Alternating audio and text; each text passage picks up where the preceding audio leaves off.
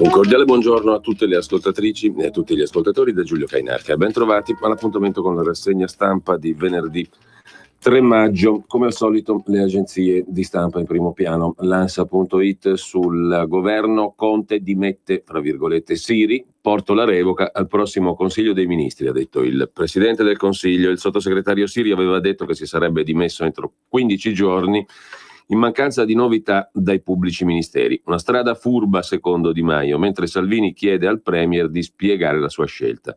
Poi la cronaca, picchiato a morte a Manduria, carcere per i 6 minorenni. Il GIP non convalida i fermi, si attende la decisione sui maggiorenni. Salvini in Ungheria, con Orban va al muro antimigranti e sul PPE evidenzia dialogo per lasciare fuori la sinistra. E ancora Di Maio, chi vuole le province si trovi un altro alleato, ancora tensione nel governo. Sul caso Siri il Movimento 5 Stelle non arretra sulla questione morale. La ministra Bongiorno replica: sono in una situazione ibrida, bisogna scegliere. Salvini: non ho tempo per le polemiche. Poi Macron e Mattarella: la nostra amicizia è indistruttibile. Il Presidente della Repubblica in Francia per le celebrazioni del 500° anniversario della morte di Leonardo da Vinci. Visita a Notre Dame devastata dall'incendio. I pompieri parigini meritano la riconoscenza dell'Europa. Poi c'è in primo piano sull'Ansa Castelluccio di Norcia, 30 mesi dopo il terremoto, la perla dei Sibillini distrutta dagli eventi sismici del 2016. Abbiamo parlato con il nostro speciale da quelle terre. L'agenzia ANSA è tornata a Castelluccio di Norcia, un posto meraviglioso, la perla dei Sibillini, praticamente rasa al suolo dagli eventi sismici del 2016. I terremoti non hanno distrutto la voglia di riscatto della gente di qui. La lenticchia sta nascendo e sul Pian Grande è iniziata la stagione dei fiori spontanei, in attesa di quella che sarà la spettacolare fioritura, uno spettacolo straordinario, di fine giugno. Sono tornati anche i cavalli per le passeggiate all'aperto, segno di vita, ma zone in grandissima difficoltà. E poi sempre dall'Ansa in prima pagina il coro Terun Terun, bufera sui giocatori del Brescia durante i festeggiamenti per la promozione in Serie A. Un video condiviso e rimosso, un episodio di discriminazione territoriale, scrive l'agenzia ANSA, macchia il ritorno in Serie A del Brescia dopo 8 anni. Durante la festa promozione al Rigamonti, Leonardo Morosini invita il pubblico a cantare la canzone Terun Terun, come sfottò contro Lecce e Palermo, formazioni contro cui il Brescia ha battagliato fino alle ultime giornate del campionato. Un fatto testimoniato da un video dapprima pubblicato e poi rimosso sulle storie Instagram del club del Brescia. Accade tutto a fine gara. L'attaccante siciliano Ernesto Torregrossa, col megafono in mano, suggerisce un coro da cantare alla curva, mentre Morosini gli strappa di mano il megafono e dà il via al coro Terun Terun. Per il momento il Brescia si astiene dal commentare. Non è la prima volta che cori verso i meridionali funestano le celebrazioni delle squadre di calcio. Nel 2011 l'allora allenatore del Verona Mandorlini cantò la canzone Ti amo Terrone al Bentegodi per sbeffeggiare la Salernitana. Chiedo scusa. Intanto, sempre dalla prima pagina dell'agenzia ANSA, vediamo un altro titolo: torna l'educazione civica. Basta note sul registro alla scuola primaria. Il testo è stato approvato alla Camera, ora passa al Senato. I bambini delle scuole elementari non dovranno più temere le sanzioni disciplinari, le note sul registro e le espulsioni. Un emendamento al disegno di legge che introduce l'insegnamento dell'educazione civica nelle scuole abroga alcuni articoli del Regio Decreto del 26 aprile 1928 che prevedeva queste punizioni. È un segno di civiltà, dice il presidente della Commissione Cultura della Camera, Luigi Gallo. Stiamo parlando di bambini, il rapporto educativo in questa fascia di età deve fondarsi sulla fiducia e sulla collaborazione. Verso gli alunni che manchino ai loro doveri, affermava il Regio Decreto, si possono usare, secondo la gravità delle mancanze, i seguenti mezzi disciplinari: ammonizione, censura notata sul registro con comunicazione scritta ai genitori che la debbono restituire vistata, sospensione dalla scuola da 1 a 10 giorni, esclusione dagli scrutini o dagli esami della prima sessione, espulsione dalla scuola e perdita dell'anno scolastico. La nuova legge estende alla scuola elementare il patto educativo di corresponsabilità, oggi previsto per le scuole medie e per le superiori, scrive ancora l'agenzia ANSA. E poi la vittima dello stupro di Viterbo dice: ho paura di loro. E quanto ha detto al suo legale la donna che avrebbe subito uno stupro il 12 aprile scorso a Viterbo da parte di militanti di Casa Pound. Siamo pronti ad affrontare l'incidente probatorio, dice il legale. Ancora la cronaca dal Veneto: narcotizza il figlio di 5 anni per ucciderlo, arrestata. Aveva imbottito di benzodiazepine il figlio di 5 anni con l'intento di ucciderlo e poi suicidarsi. Una donna padovana intercettata dai carabinieri mentre era in auto con il bambino. Intanto diamo uno sguardo anche alla dnkronos.com, come al solito. Prima pagina su Conte che si lura Siri. Lo stupro di Viterbo, consenziente, uno schifo. Stop a sospensioni e note alle elementari e poi province l'altolà di Di Maio, mentre Salvini apre al Partito Popolare Europeo modello Orban. L'agenzia Agi.it mette in apertura le europee, i sondaggi sui partiti a un mese dal voto, la nostra supermedia tra i sondaggi politici della settimana in vista delle europee del 26 maggio, gli effetti dello sbarramento al 4% previsto per i partiti in Italia. Manca meno di un mese alle elezioni europee. La supermedia vede la Lega al 32,3% al 2 maggio, Movimento 5 Stelle al 22 e qualcosa, PD al 21 e qualcosa, Forza Italia al 9,5, Fratelli d'Italia al 5, più Europa non supera il 4, 3,2, la sinistra 2,9%. Questo per quanto riguarda il sondaggio dell'Agi.it. Il caso Siri non farà cadere il governo, scrive Federica Valenti, e Di Maio sfida Salvini sulle province. E intanto andiamo alle pagine Facebook come al solito, partendo da quella di Matteo Salvini. Stiamo preparando una legge per raddoppiare le pene a chi maltratta gli animali, giù le mani da loro e guai a chi li abbandona.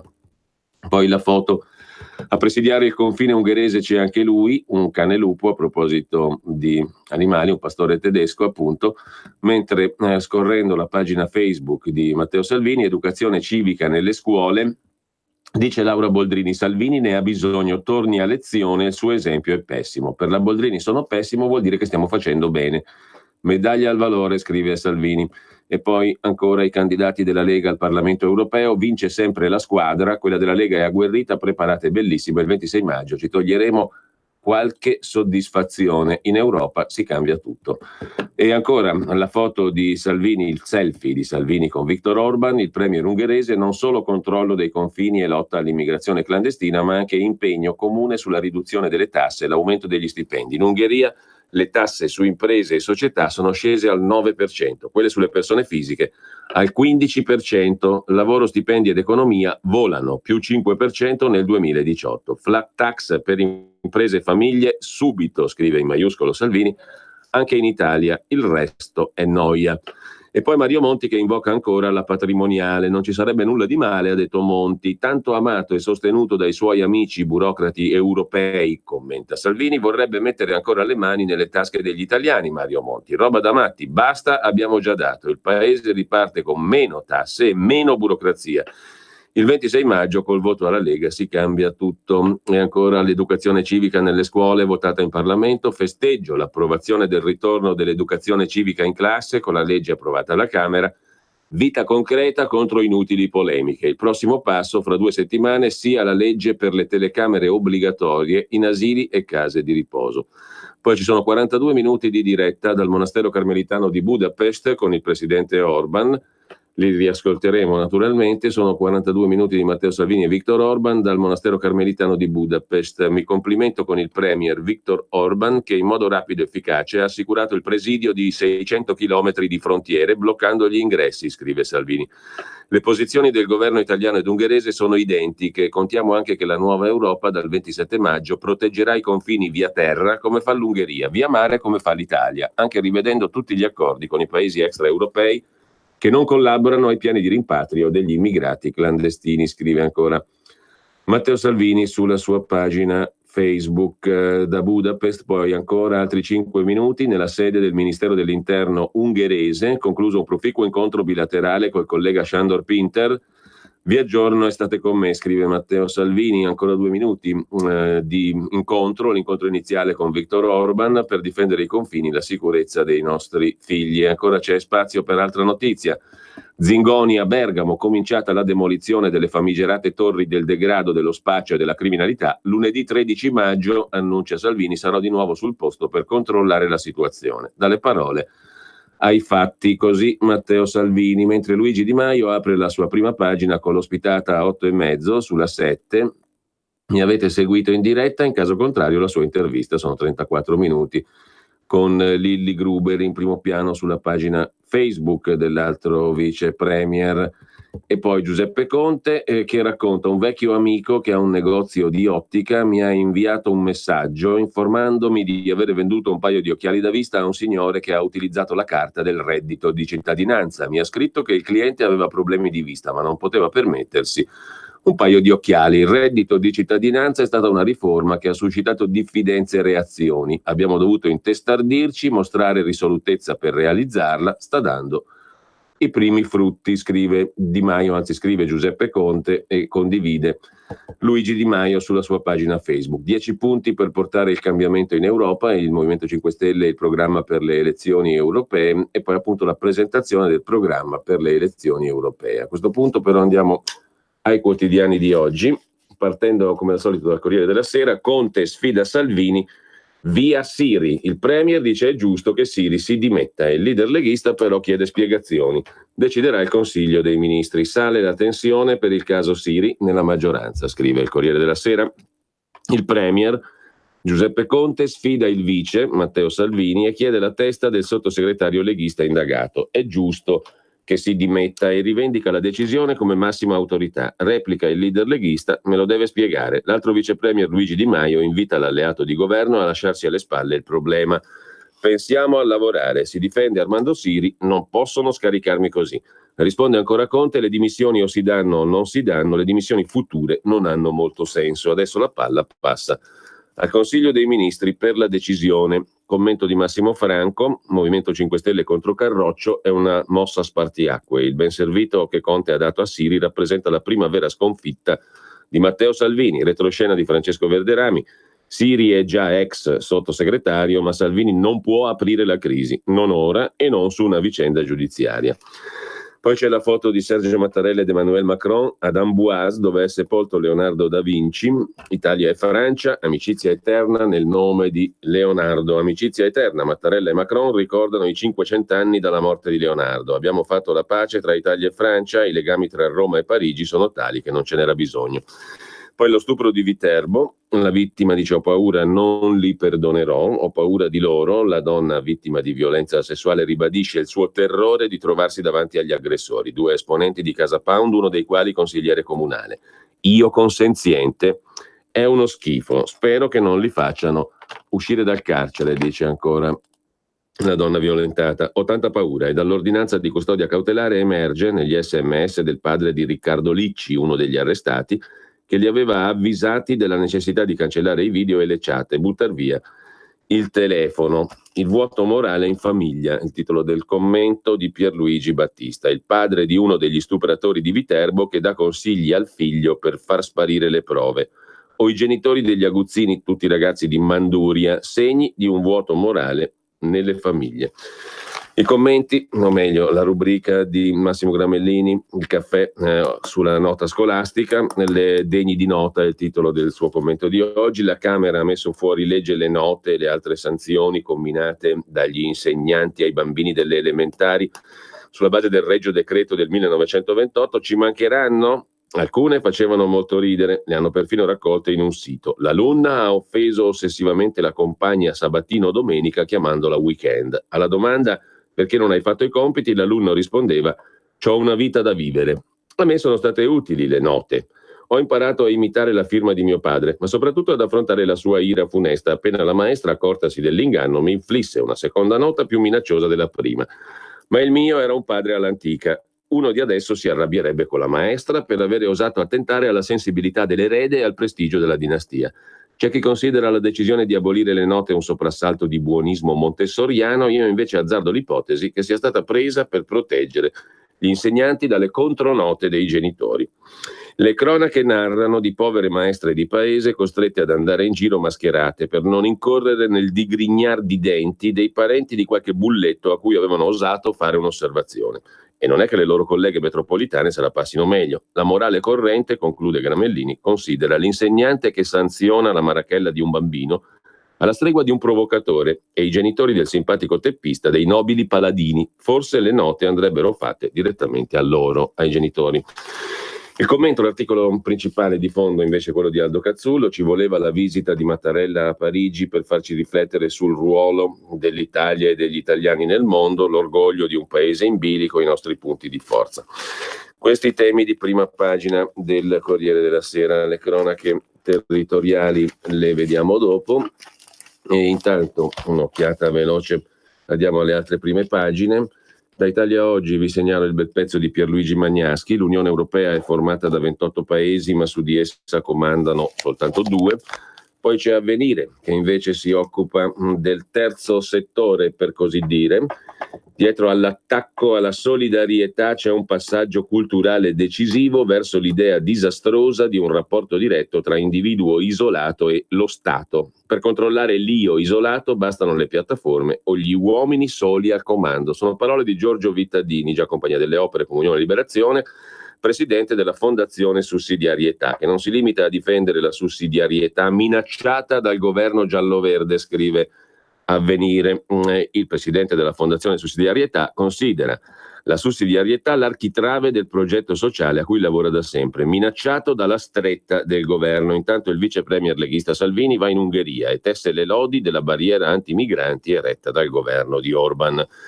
Il Papa invece dice no ai nazionalismi che si chiudono. Uno Stato che suscitasse i sentimenti nazionalistici del proprio popolo contro altre nazioni o gruppi di persone verrebbe meno alla propria missione, il monito del Papa. Alla prima pagina di Avvenire, clima, Londra si dichiara in emergenza, la Gran Bretagna primo paese dell'Ocse a votare una mozione che impegna anche a zero emissioni di CO2, di anidride carbonica. Il quotidiano nazionale, Giorno Nazione, il resto del Carlino, invece titola La vittoria di Pierino in prima pagina a proposito delle scuole elementari, del primo sì alla legge che vieta note ed espulsioni. Per lo psichiatra interpellato dal quotidiano, il famoso Paolo Crepet, lo psichiatra televisivo per eccellenza di Bruno Vespa, è una resa, è uno sbaglio. Mentre un'altra notizia in prima pagina sul quotidiano nazionale, monopattini elettrici, servirà la patente, obbligatoria solo per i minorenni, per gli hoverboard e affini le regole e i limiti di velocità. Ma andiamo alla prima pagina del Fatto Quotidiano. Via Siri, Conte dà una lezione etica a Salvini, non per l'indagine, dice Conte, ma per i favori privati. Il sottosegretario fa il furbo, dice mi dimetto, ma dopo l'interrogatorio mai fissato. Il premier tira dritto. Ora il Consiglio dei Ministri voterà la sua revoca. Siri fuori, il decisionista Conte ha perso la pazienza, scrive il Fatto Quotidiano. L'indagato voleva prendere tempo, aveva detto Siri mi dimetto se non mi archiviano in 15 giorni, il presidente ha sbottato, non ha senso, subito la revoca. All'ultimo tentativo la velina del leghista fa tardare di 30 minuti la conferenza stampa e virare sulla linea dura. Un invito alla Lega, adesso non reagite, e uno ai 5 Stelle, non cantate vittoria.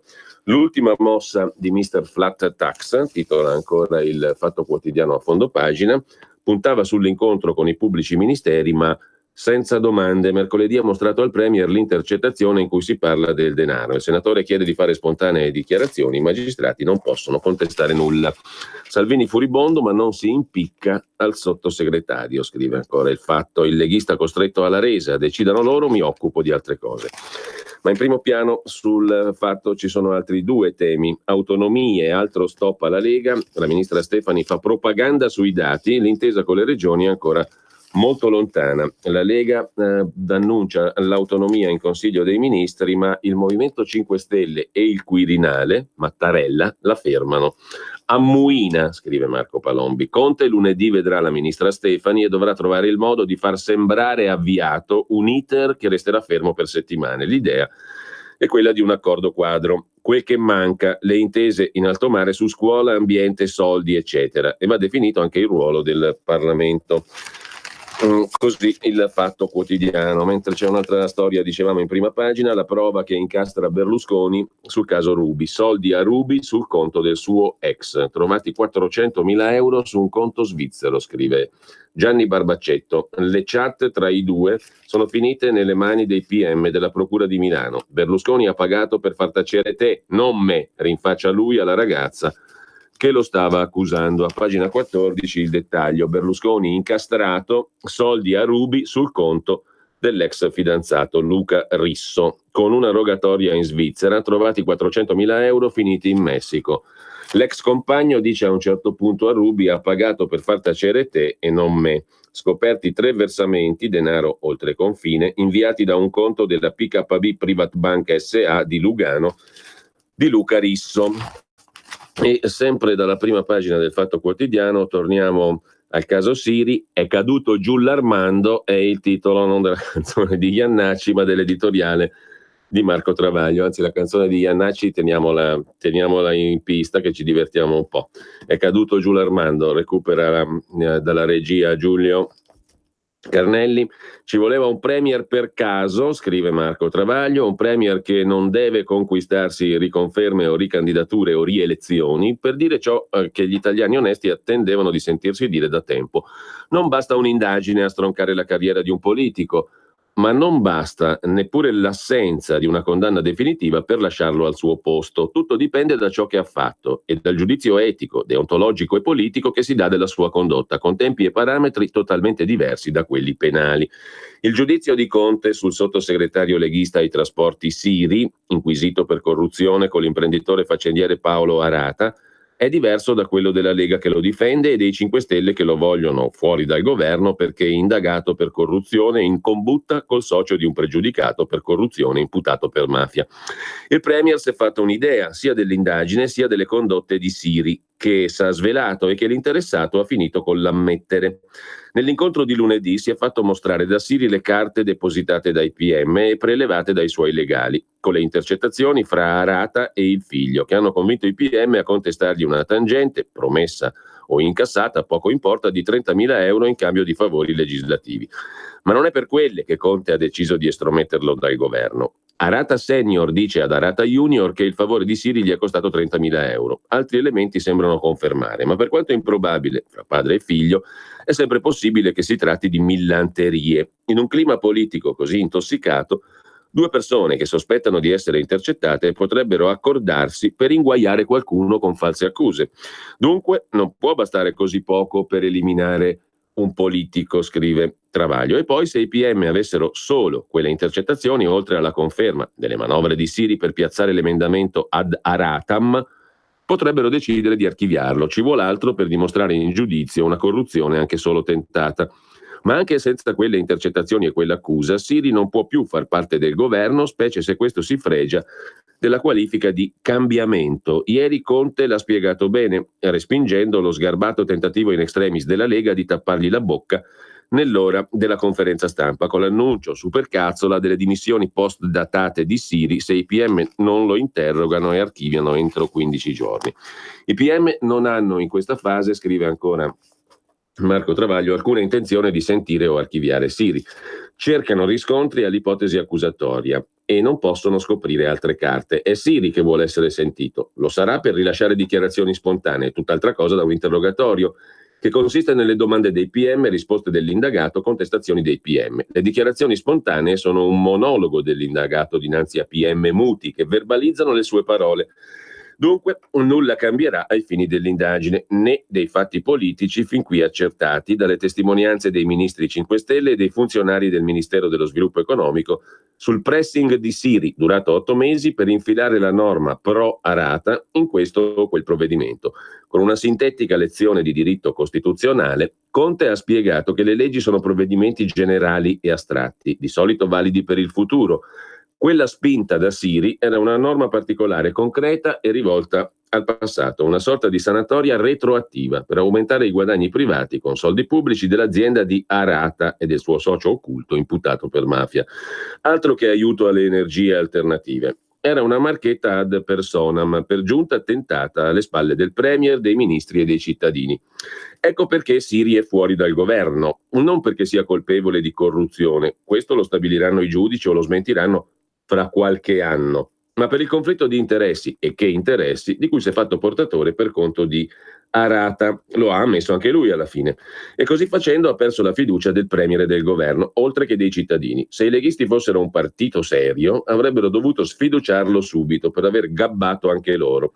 Ma non l'hanno fatto e continuano a difenderlo, a dispetto dei santi, del discredito, delle sue ammissioni e delle loro contraddizioni. Salvini chiese le dimissioni di indagati e non indagati del centro-sinistra coinvolti in conflitti di interessi e autorizzano un sospetto che nella Lega qualcun altro sapesse della marchetta del suo mandante. Salvini continua a sorvolare su Arata come se fosse un passante e da Forza Italia alla Lega l'avesse portato la cicogna. Non spiega perché.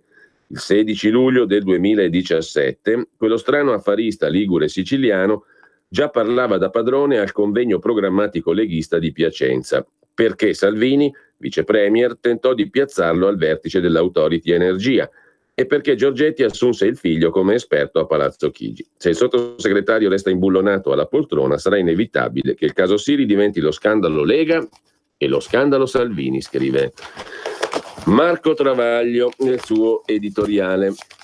Lasciamo anche la prima pagina del Fatto e andiamo alla Verità dopo una piccola pausa. In quanti ti promettono trasparenza, ma alla fine ti ritrovi sempre con il bollino rosso e non puoi dire quello che pensi. Radio Padania Libera. Non ha filtri né censure. Ascolta la gente e parla come la gente. Radio Padania Libera. La radio con il bollino verde.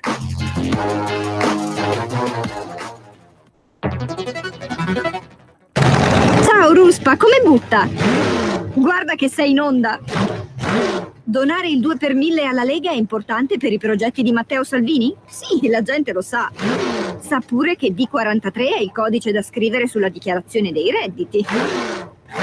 Sì, D43, lo sa. E che se lo dice al suo commercialista fa tutto lui. È bravo Ruspa. D43 è una sigla importante. Serve a dare più forza ai progetti che Matteo Salvini vuole realizzare. Quest'anno il 2 per 1000 donalo alla Lega di Matteo Salvini. Dillo al tuo commercialista. Donare il 2 per 1000 alla Lega è un'ottima azione. www.2per1000lega.it. Messaggio per tutti gli imprenditori, gli artigiani, i commercianti, i liberi professionisti. Hai un'attività? Dei prodotti da promuovere? Prova la pubblicità sulla nostra radio. Radio Padania ha preparato per te una grande promozione per aiutarti a sostenere la tua attività a tariffe davvero straordinarie. Informati, vedrai che si può.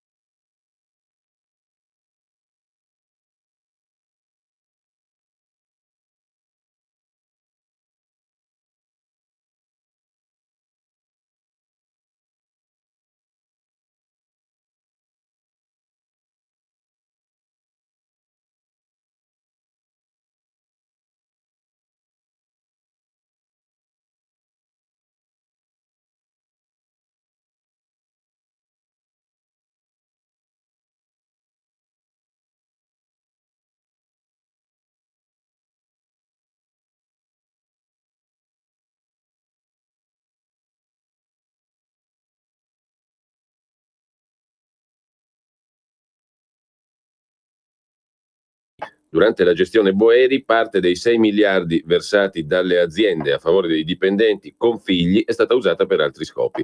Il presidente Tridico dice: voglio capire. Claudio Antonelli e Marco Guerra, autori dell'articolo di apertura. In 6 anni l'INPS ha tolto alle famiglie assegni di sostegno per 6 miliardi di euro. Dal 2012 al 2017 ai genitori con 3 o più figli, destinato 1 miliardo in meno del previsto, ovvero dai 1.200 ai 600 euro per nucleo. La cifra mancante va ad agricoltori e artigiani e l'ex presidente Boeri non dà spiegazioni. L'ammanco è stato denunciato dall'ex deputato Mario Sberna. Il commissario Tridico alle Iene ha promesso che farà luce. Insomma, dal 2012 al 2017 dei circa 6 miliardi di euro annui destinati agli assegni per i nuclei familiari dei lavoratori dipendenti, ne sono stati erogati poco più di 5. 1 miliardo all'anno è stato destinato dal 2012 appunto al 2017, 6 miliardi in tutto, ad altri capitoli di bilancio, e non è finito nelle tasche di chi ne aveva diritto. L'ex presidente dell'INPS Boeri, rintracciato dalla trasmissione Le Iene, si è limitato a dire che non è più il responsabile dell'istituto e non è tenuto a parlare. Il neocommissario Tridico si è impegnato a verificare dove siano finiti tutti questi soldi.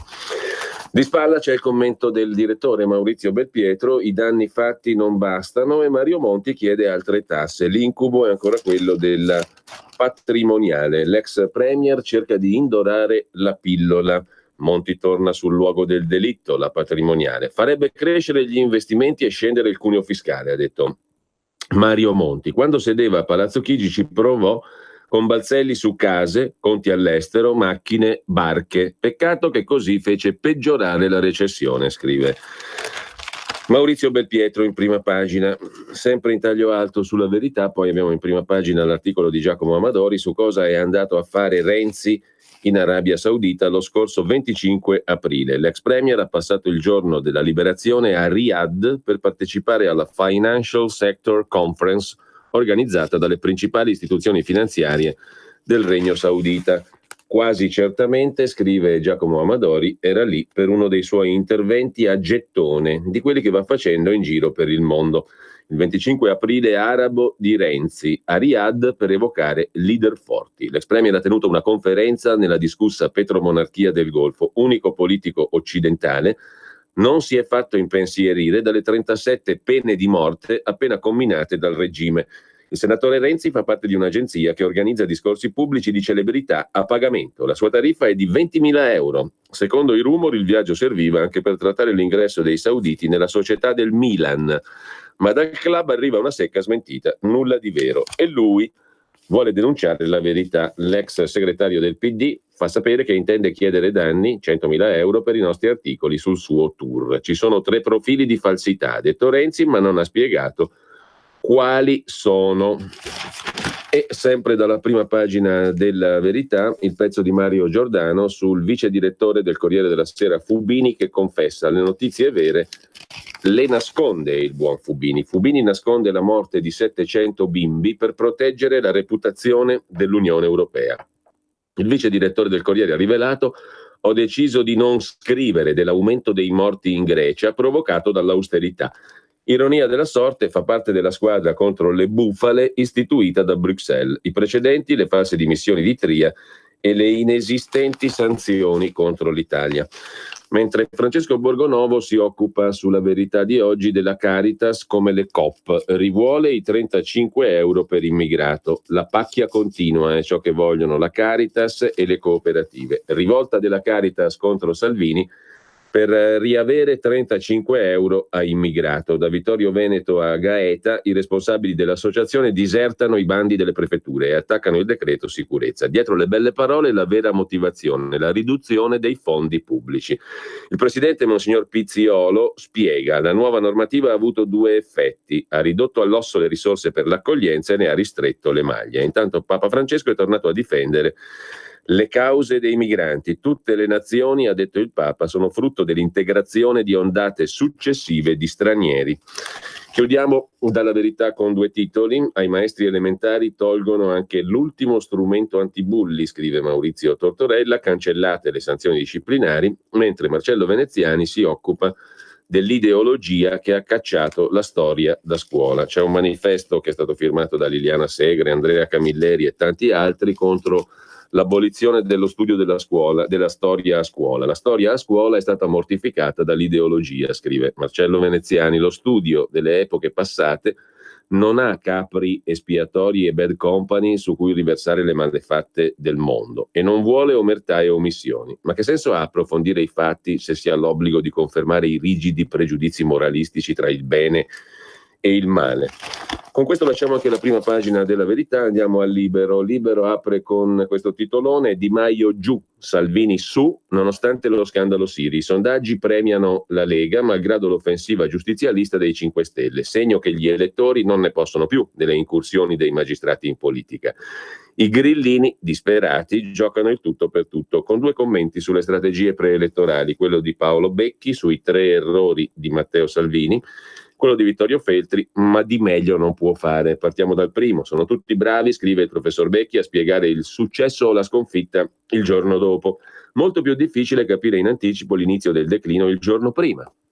Sia chiaro, Matteo Salvini vendemmierà alle prossime elezioni europee, raccogliendo per inerzia i frutti degli sforzi del passato. Otterrà un buon risultato anche senza avere un programma. Potrebbe essere anche un risultato migliore se alzasse il tiro, tenendo presente che i programmi dei grandi partiti per l'Europa sono tutti ugualmente privi di idee. Vedremo, i giorni passano, la Lega al momento è l'unico partito a non avere un programma per le europee. Salvini però è ancora in tempo, potrebbe sorprenderci, chissà. Ma non è di questo che vi voglio parlare, scrive Paolo Becchi. Mettiamola così: la brutta notizia è che il seme del declino sta iniziando a fiorire.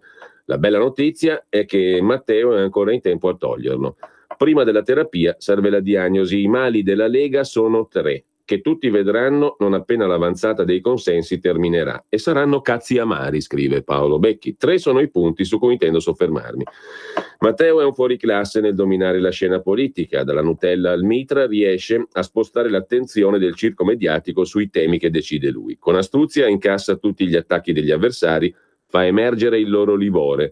Trova sempre l'onda lunga cavalcandola con bravura. Arrivano notizie dello stupro da parte di militanti Casa Pound, subito rispolvera la castrazione chimica. Gli islamici tagliano le mani a chi ruba, noi l'uccello a chi violenta. È una metafora, si tratta di un farmaco salvafica, scrive niente meno il professor Becchi. Insomma, il capitano riesce a navigare nel mare in tempesta. Nell'immediato questa scelta paga. Un politico che voglia essere un leader, Salvini ha tutte le qualità, dovrebbe però avere una visione del futuro e non farsi dettare l'agenda dalla cronaca.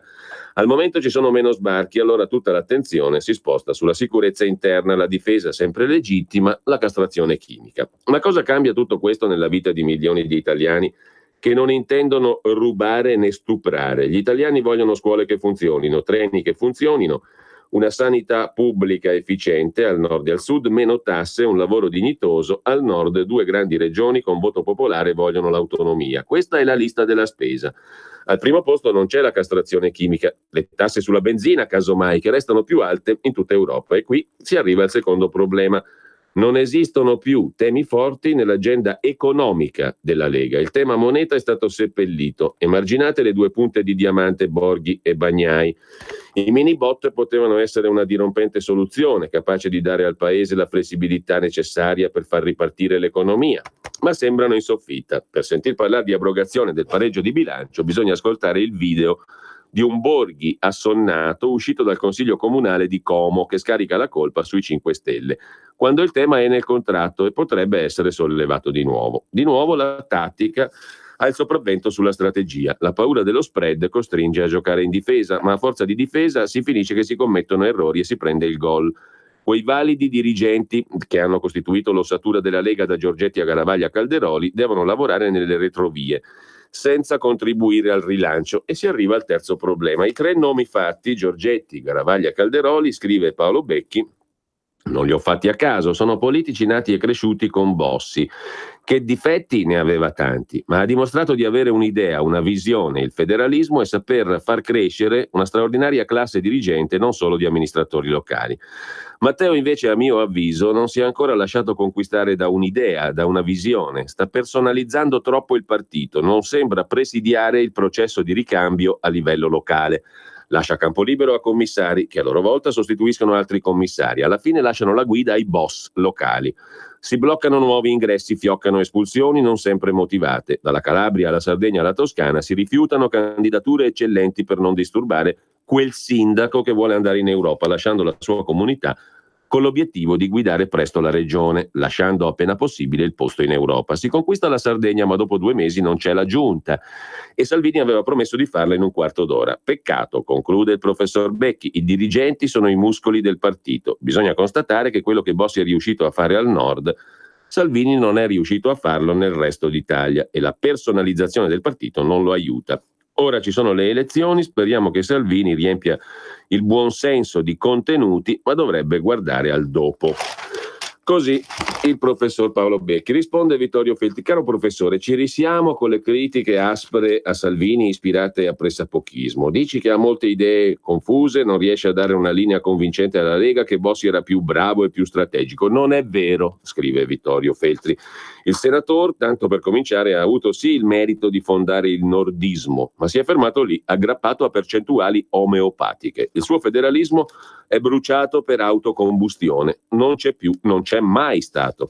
Questo perché il partito del vecchio Umberto, pur glorioso, non ha sfondato il muro del Po, mentre il giovane Matteo vola su tutta Italia. Può essere che prima o poi perda quota.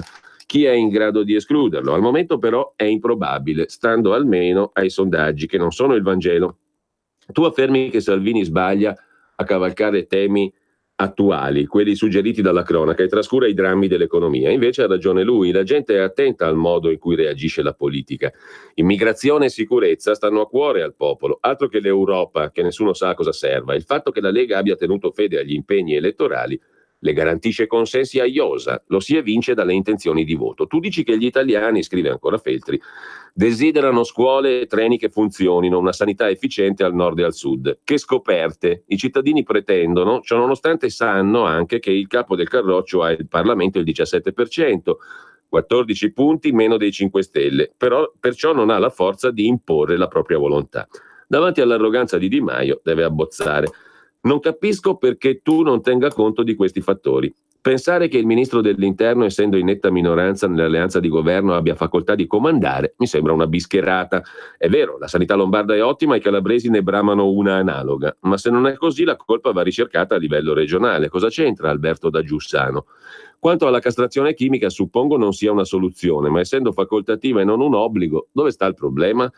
Sono persuaso che la flat tax sia un sogno, ci vorrà tempo per realizzarla, ostacolata dalla porcata del reddito di cittadinanza che prosciuga risorse. Se la Lega avrà presto la maggioranza come prevedo, il discorso sarà approfondito. Per ciò che attiene l'organizzazione dei Verdi che tu consideri lacunosa non mi esprimo.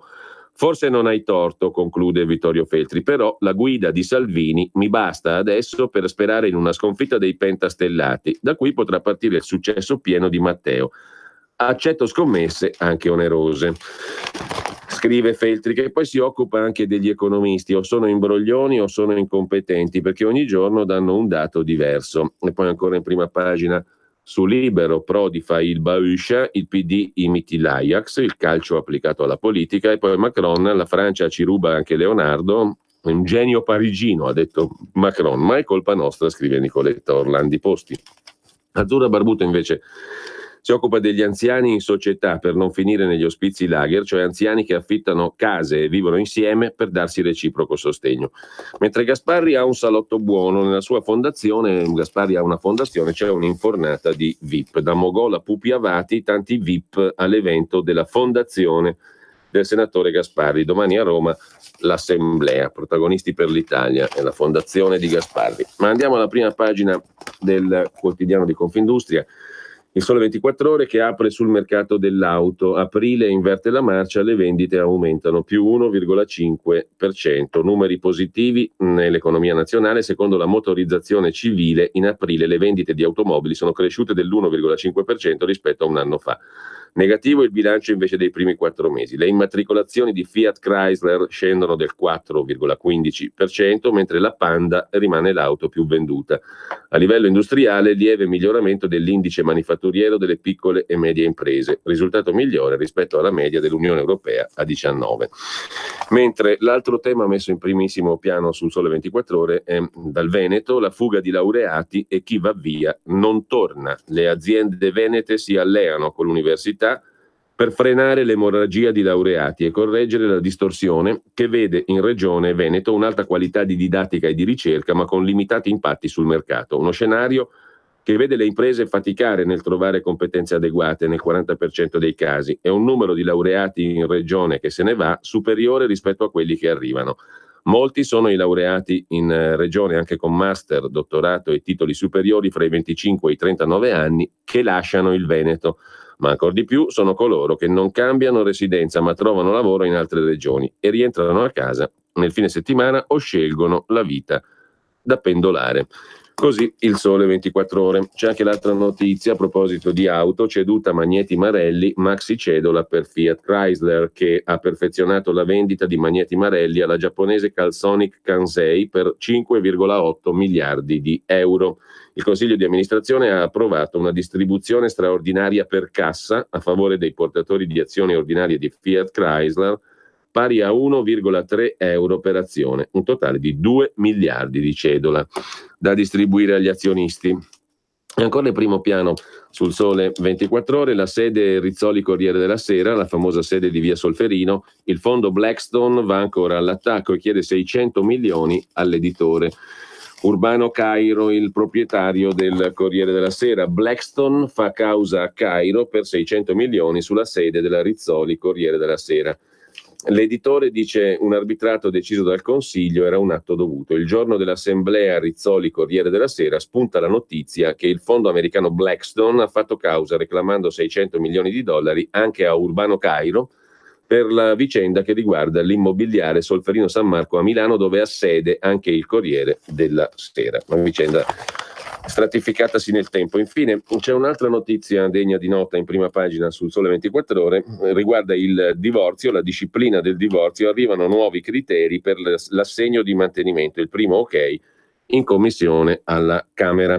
Per l'assegno di divorzio nuovi criteri e durata. È in dirittura d'arrivo, si è conclusa alla Camera l'esame emendamenti, una proposta di legge che ha accantonato, come da sentenze della Cassazione, l'elemento della conservazione del medesimo tenore di vita, dà un peso maggiore ad aspetti come il patrimonio, la mancanza di un'adeguata formazione professionale o esperienza lavorativa e l'impegno di cura. Possibile anche la concessione solo per un periodo limitato e predeterminato. A pagina 24 del Sole 24 Ore di oggi trovate il dettaglio sulla nuova disciplina per i divorzi. E sempre rimanendo al Sole 24 Ore, c'è da segnalare un'altra notizia che riguarda il mondo delle telecomunicazioni. Accordo tra Open Fiber e Fastweb. L'operatore telefonico potrà utilizzare le connessioni in fibra fino alla casa realizzate da Open Fiber nelle aree non coperte. Fastweb a sua volta si potrà avvalere delle infrastrutture di Open Fiber su tutto il territorio nazionale, in particolare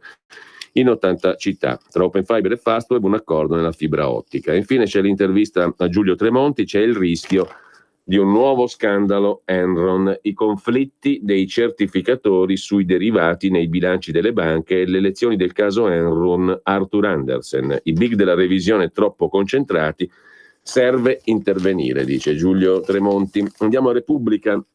Repubblica apre la sua prima pagina con questo titolo: frattura scomposta, Di Maio pressa e Conte licenzia il sottosegretario leghista, Salvini spiazzato, mi devono spiegare.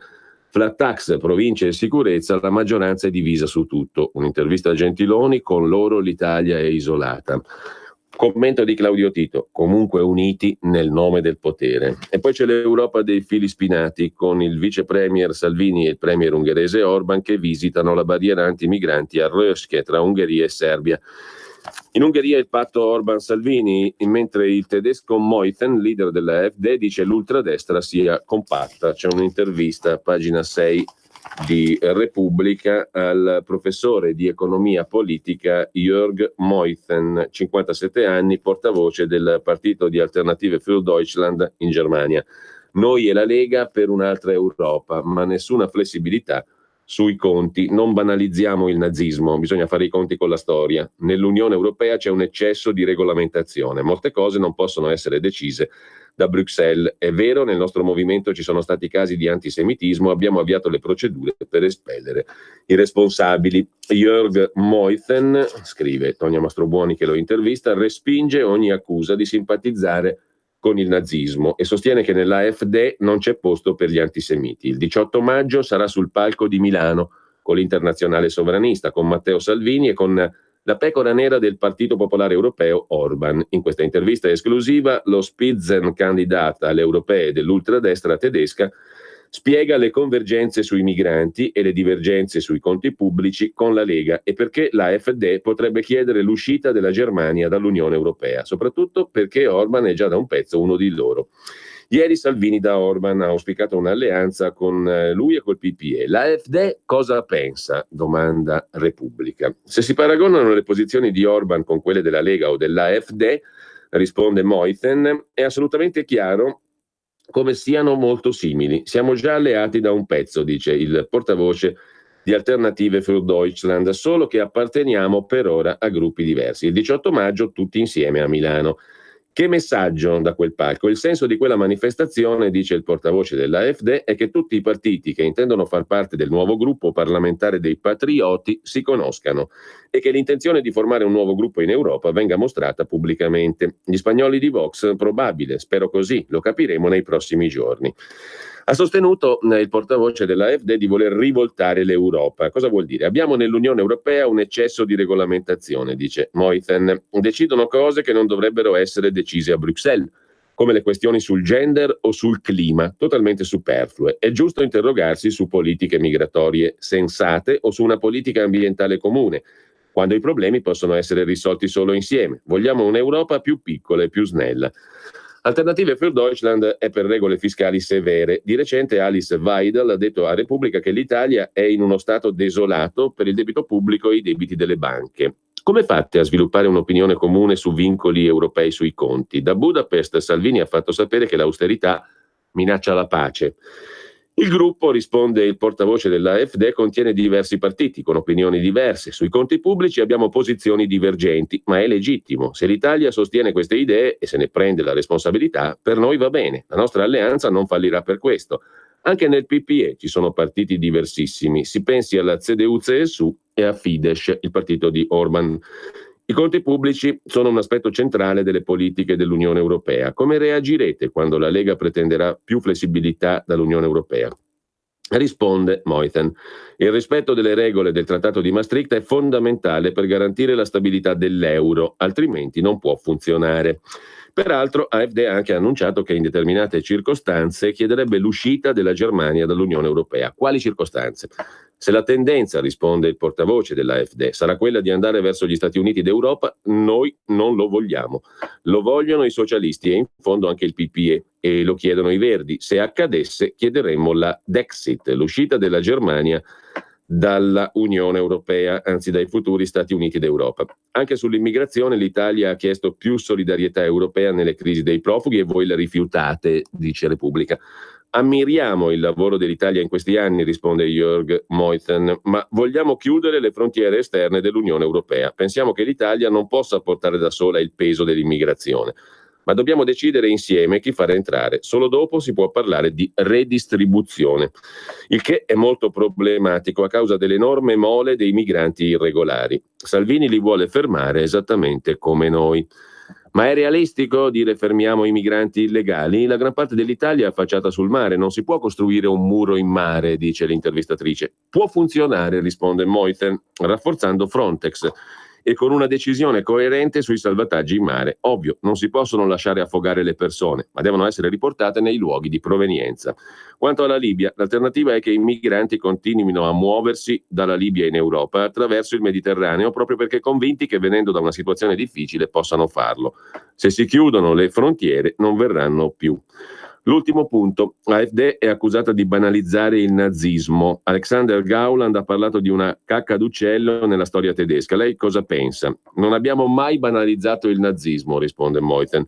Alcune dichiarazioni sono state estrapolate dal contesto e interpretate come banalizzazione. Gauland, come tutti i capi del partito, è contrario decisamente a una banalizzazione degli orrori del nazismo.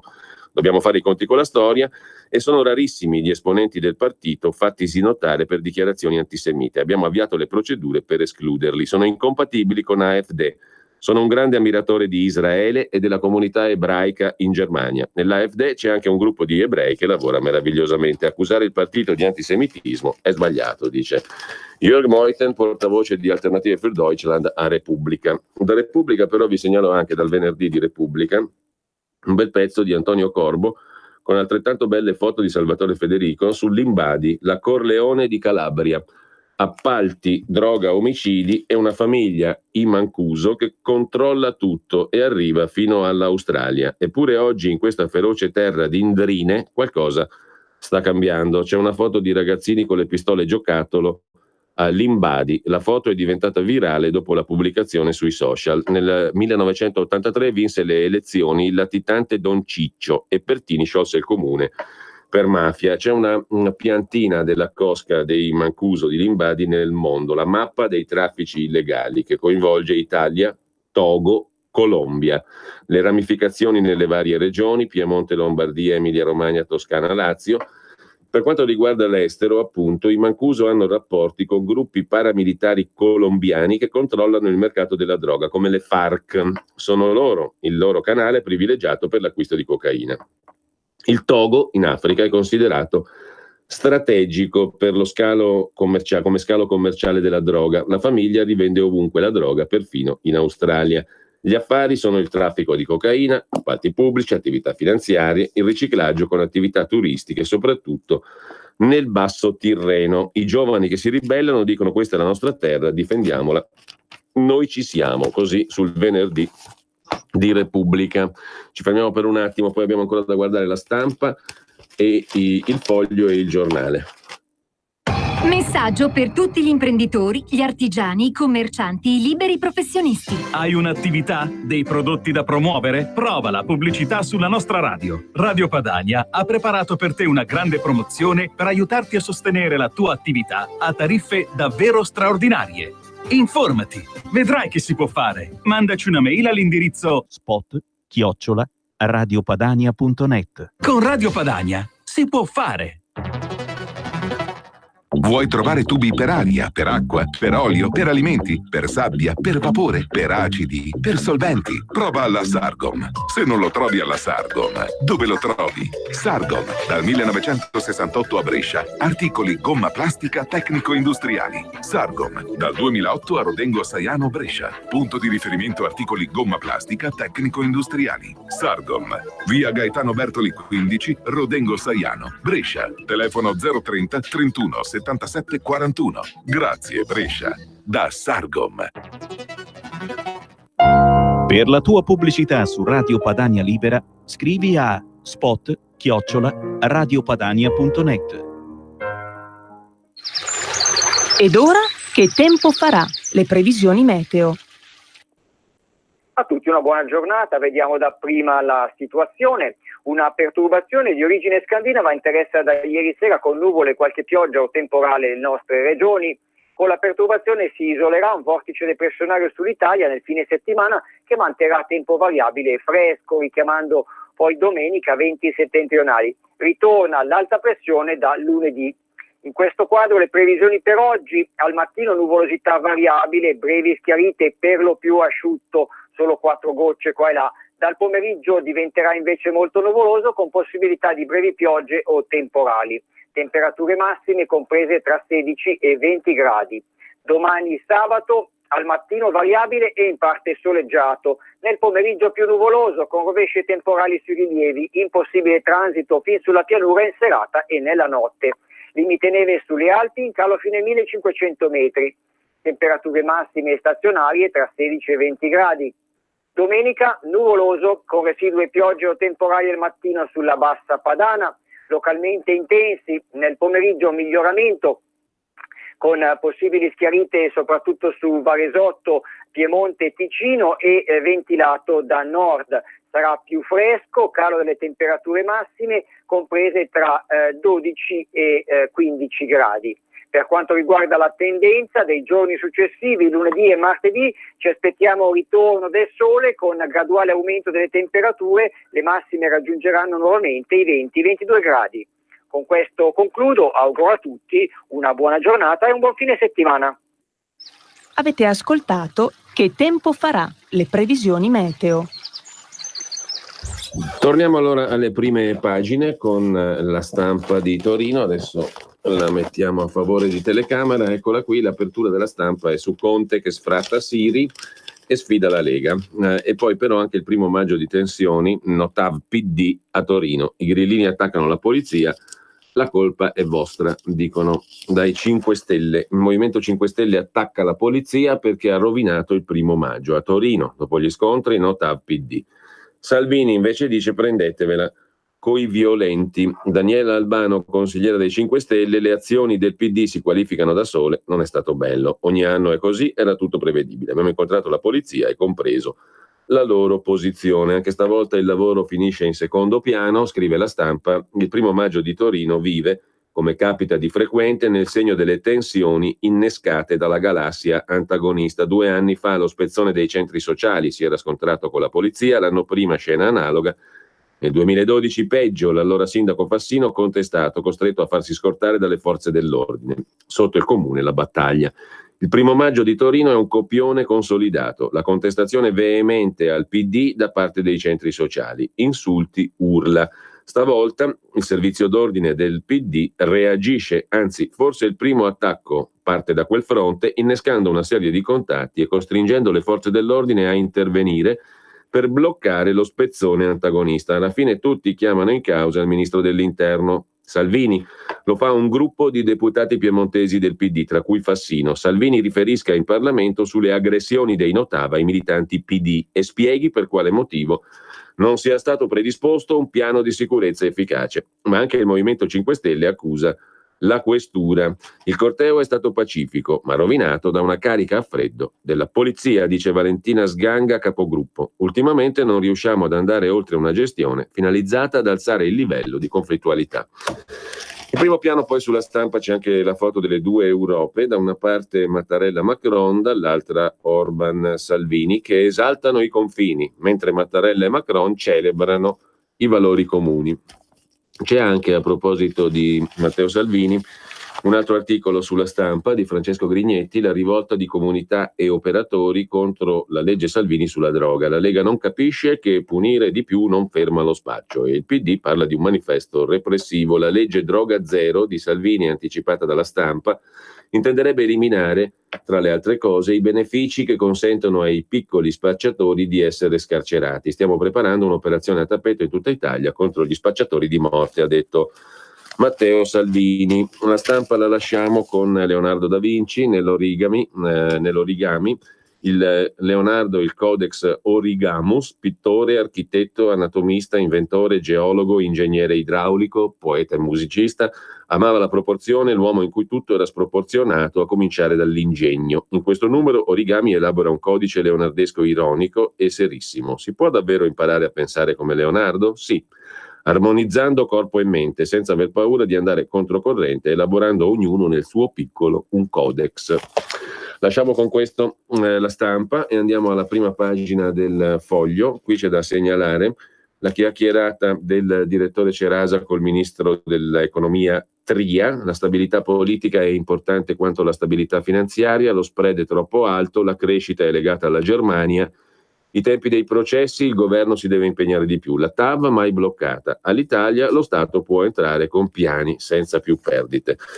L'altro articolo di prima pagina, quanto è sopravvalutato Orban. Il premier ungherese, scrive Paola Peduzzi, ha un peso specifico basso e una dipendenza dall'Unione Europea alta. L'Ungheria ha celebrato i primi 15 anni di appartenenza all'Unione Europea. Il 1 maggio 2004, quando 10 paesi, 100 milioni di persone, si sono uniti al progetto europeo. I giornali ungheresi si sono riempiti di commenti e analisi, ma a stabilire il tono è stato Zoltán Kovács, l'ineffabile portavoce del premier Orban su Twitter.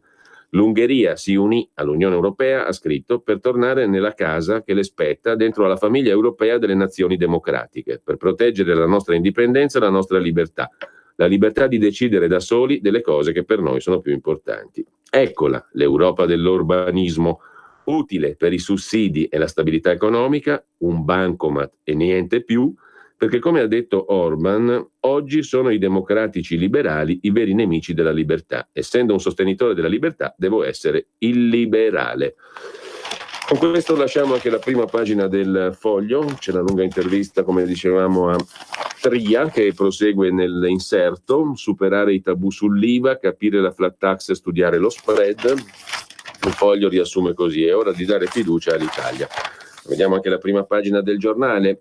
Salvini si arrende, è il titolo sul caso Siri. Conte fa fuori il sottosegretario leghista, trionfo grillino. Il governo è in crisi, scrive il giornale, come sempre scrive tutti i giorni. Botte tra alleati anche sulle province. Chi le vuole se ne vada. E adesso Matteo Salvini ha le spalle al muro, sentenzia Alessandro Sallusti. Salvini non ce l'ha fatta a difendere il suo sottosegretario Armando Siri, indagato per tutt'altro che una tutt'altro che limpida storia di corruzione. Dopo settimane di braccio di ferro, il premier Conte ha annunciato il licenziamento di Siri, ha vinto Di Maio, ha perso Salvini. Ma in prima pagina sul giornale c'è anche il cenacolo chiuso per ferie. Ultima vergogna italiana, scrive Vittorio Sgarbi, non ci sono giustificazioni. Turisti imbufaliti. La chiusura del cenacolo di Leonardo il 1° maggio è un'inconcepibile testimonianza di abdicazione dello Stato e di mancanza di rispetto per i cittadini italiani e per i turisti e i visitatori stranieri. Una pagina umiliante, scrive Vittorio Sgarbi. La proprietà del cenacolo è dello Stato, la sua natura è museo pubblico come Uffizi, Louvre e Brera. L'aggravante è che l'opera più importante di Leonardo, nel 500° anniversario della morte dell'artista, proprio nella notte tra l'1 e il 2 maggio, che coincide con quella della sua scomparsa. Una data tanto importante e simbolica da far incontrare in Francia ad Amboise il presidente italiano e il presidente francese per ricordare Leonardo. Non solo il 1° maggio non doveva essere chiuso il cenacolo, sarebbe stato importante tenerlo aperto anche di notte, in una vigilia così carica di significato. Un turista americano, russo o cinese che avesse scelto l'anno e il giorno della celebrazione per venire a Milano, trovando le porte chiuse, avrebbe avuto ragione non solo di indignarsi, ma di avvertire tutta la sciatteria, negligenza, mancanza di rispetto per l'uomo che più di ogni altro ha onorato l'Italia. Scrive Vittorio Sgarbi. Leonardo è il solo migrante accolto dai francesi, scrive invece Alessandro Sallusti. La gaffe sulla nazionalità di Leonardo. Se il genio di Vinci viene snobbato in Italia, è adottato dalla Francia. Ad Amboise celebrazioni per i 500 anni dalla morte, da noi pochi eventi. Chi sono i fessi? E sempre dal giornale, i teologi a Papa Francesco: sei un pontefice eretico, una lettera contro il Papa. Molti lo sussurravano, pochi lo dicevano apertamente. Adesso un gruppo di 20 tra teologi, intellettuali ed ecclesiastici cattolici l'ha messo nero su bianco in una lettera aperta con un appello ai vescovi del mondo perché la firmino. Papa Francesco è eretico. Il servizio di Stefano Filippi è a pagina 16, una lettera che accusa il Papa. Un gruppo di 20 dunque tra teologi, intellettuali e ecclesiastici cattolici ha scritto questa lettera appellandosi ai vescovi. A loro giudizio Papa Francesco è eretico. È un testo di 20 pagine, molto articolato, con riferimenti bibliografici e l'elenco di una serie di atti e mancanze che configurerebbero l'accusa più pesante che può essere rivolta a un Papa. Francesco avrebbe negato una serie di verità pur consapevole che la Chiesa le insegna in quanto rivelate da Dio. I temi di queste deviazioni dottrinali riguardano il matrimonio, i rapporti sessuali, la legge morale, la grazia e il perdono dei peccati. Il nome più noto tra i firmatari è quello di padre Aidan Nichols, domenicano, teologo britannico a Cambridge. La lettera aperta porta una data significativa, 29 aprile, festa di Santa Caterina da Siena, la compatrona d'Italia con San Francesco, che fece cambiare idea a un papa, convincendo Gregorio XI a tornare a Roma da Avignone. A diffondere il testo un sito internet tradizionalista americano, lifesitenews.com, con rilanci in altre lingue. È la stessa macchina mediatica che la scorsa estate diffuse il documento scritto dal nunzio Carlo Maria Viganò, che chiedeva le dimissioni del Papa per avere chiuso gli occhi davanti agli scandali di pedofilia nel clero. Così scrive il giornale.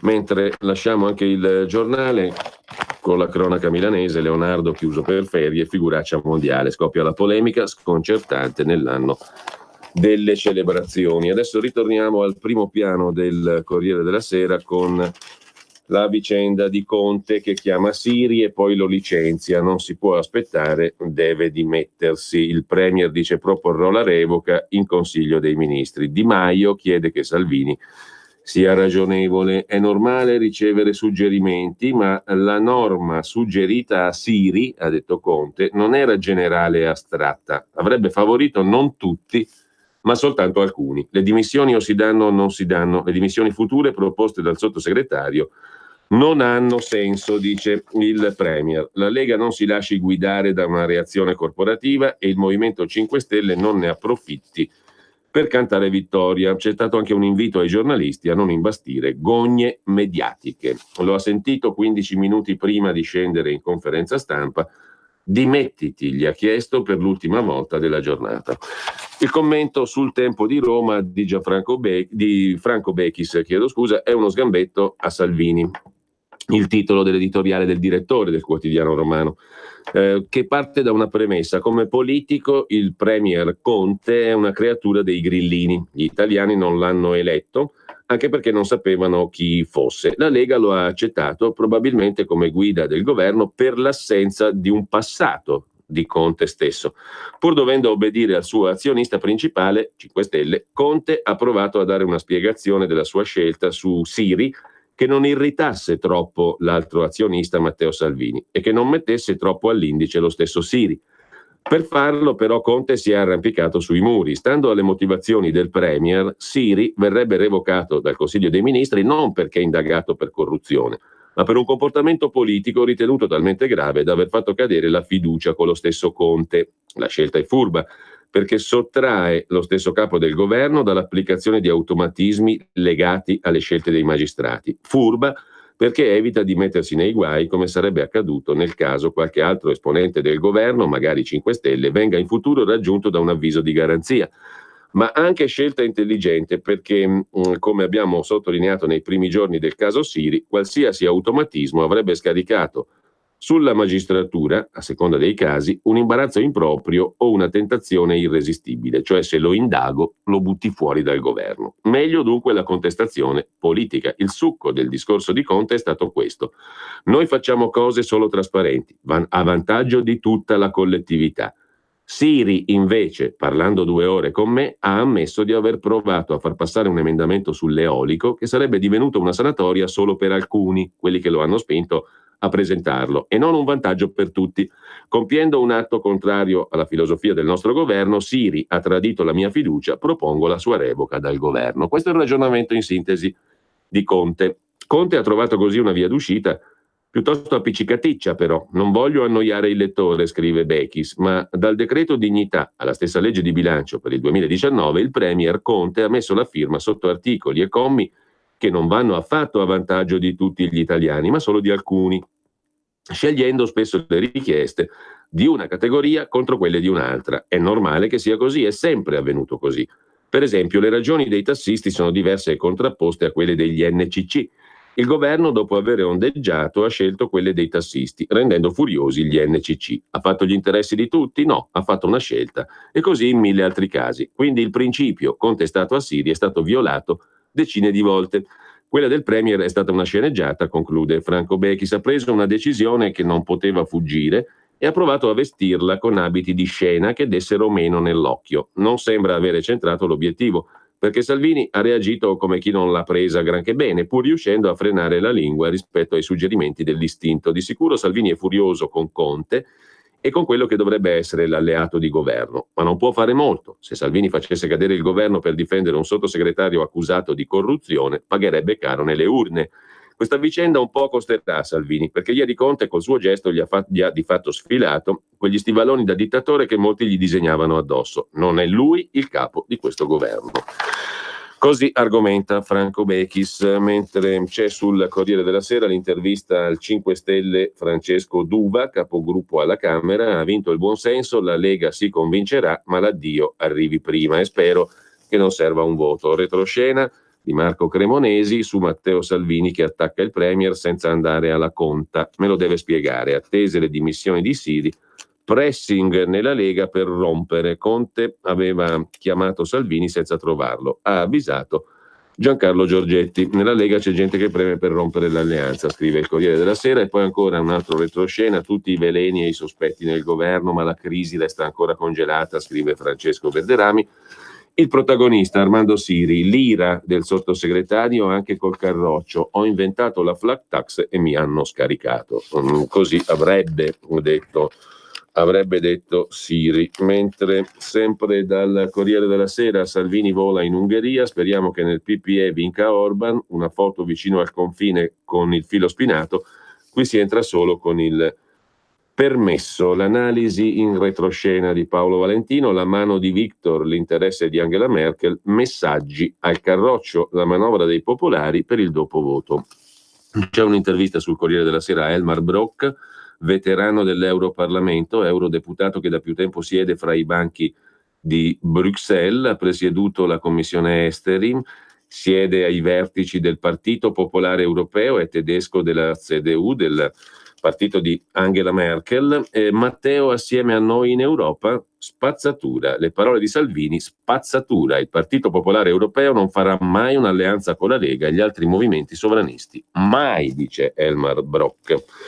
Mentre Lega e 5 Stelle duellano anche sui conti, Salvini dice che il reddito di cittadinanza non ci fa ripartire e Di Maio sulle province si cerchino un altro alleato. L'analisi di Emanuele Buzzi sulle europee, il Movimento 5 Stelle di lotta ora si è moderato, il referendum sulla moneta unica non c'è più, il confronto fra i punti di oggi e quelli del 2014, non si parla più di abolizione dei vincoli di bilancio, la lista dei progetti e dei desideri si è allungata, il pilastro è diventato il lavoro, dice il Corriere della Sera. E poi c'è Berlusconi che migliora e scherza, il leader va verso la dimissione dal San Raffaele, anche stavolta l'abbiamo scampata, mentre sulla questione delle note e delle sospensioni abolite nella scuola, anzi no, alle elementari, fa discutere, scrive Il Tempo di Roma, l'abrogazione degli articoli del Regio Decreto del 28, ma il Ministero dell'Istruzione e dell'Università smorza la polemica sul nascere. Le sanzioni restano, ha precisato il ministro Bussetti,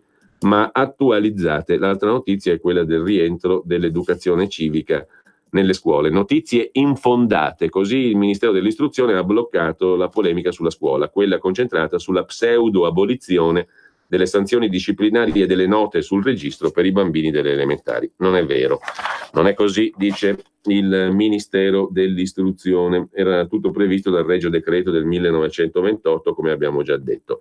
È la deriva, stiamo levando gli strumenti educativi, dice Vittorio Lodolo Doria, esperto degli insegnanti, e a mettere le mani avanti anche il presidente della Commissione Cultura della Camera Gallo dei 5 Stelle, è un segno di civiltà, stiamo parlando di bambini.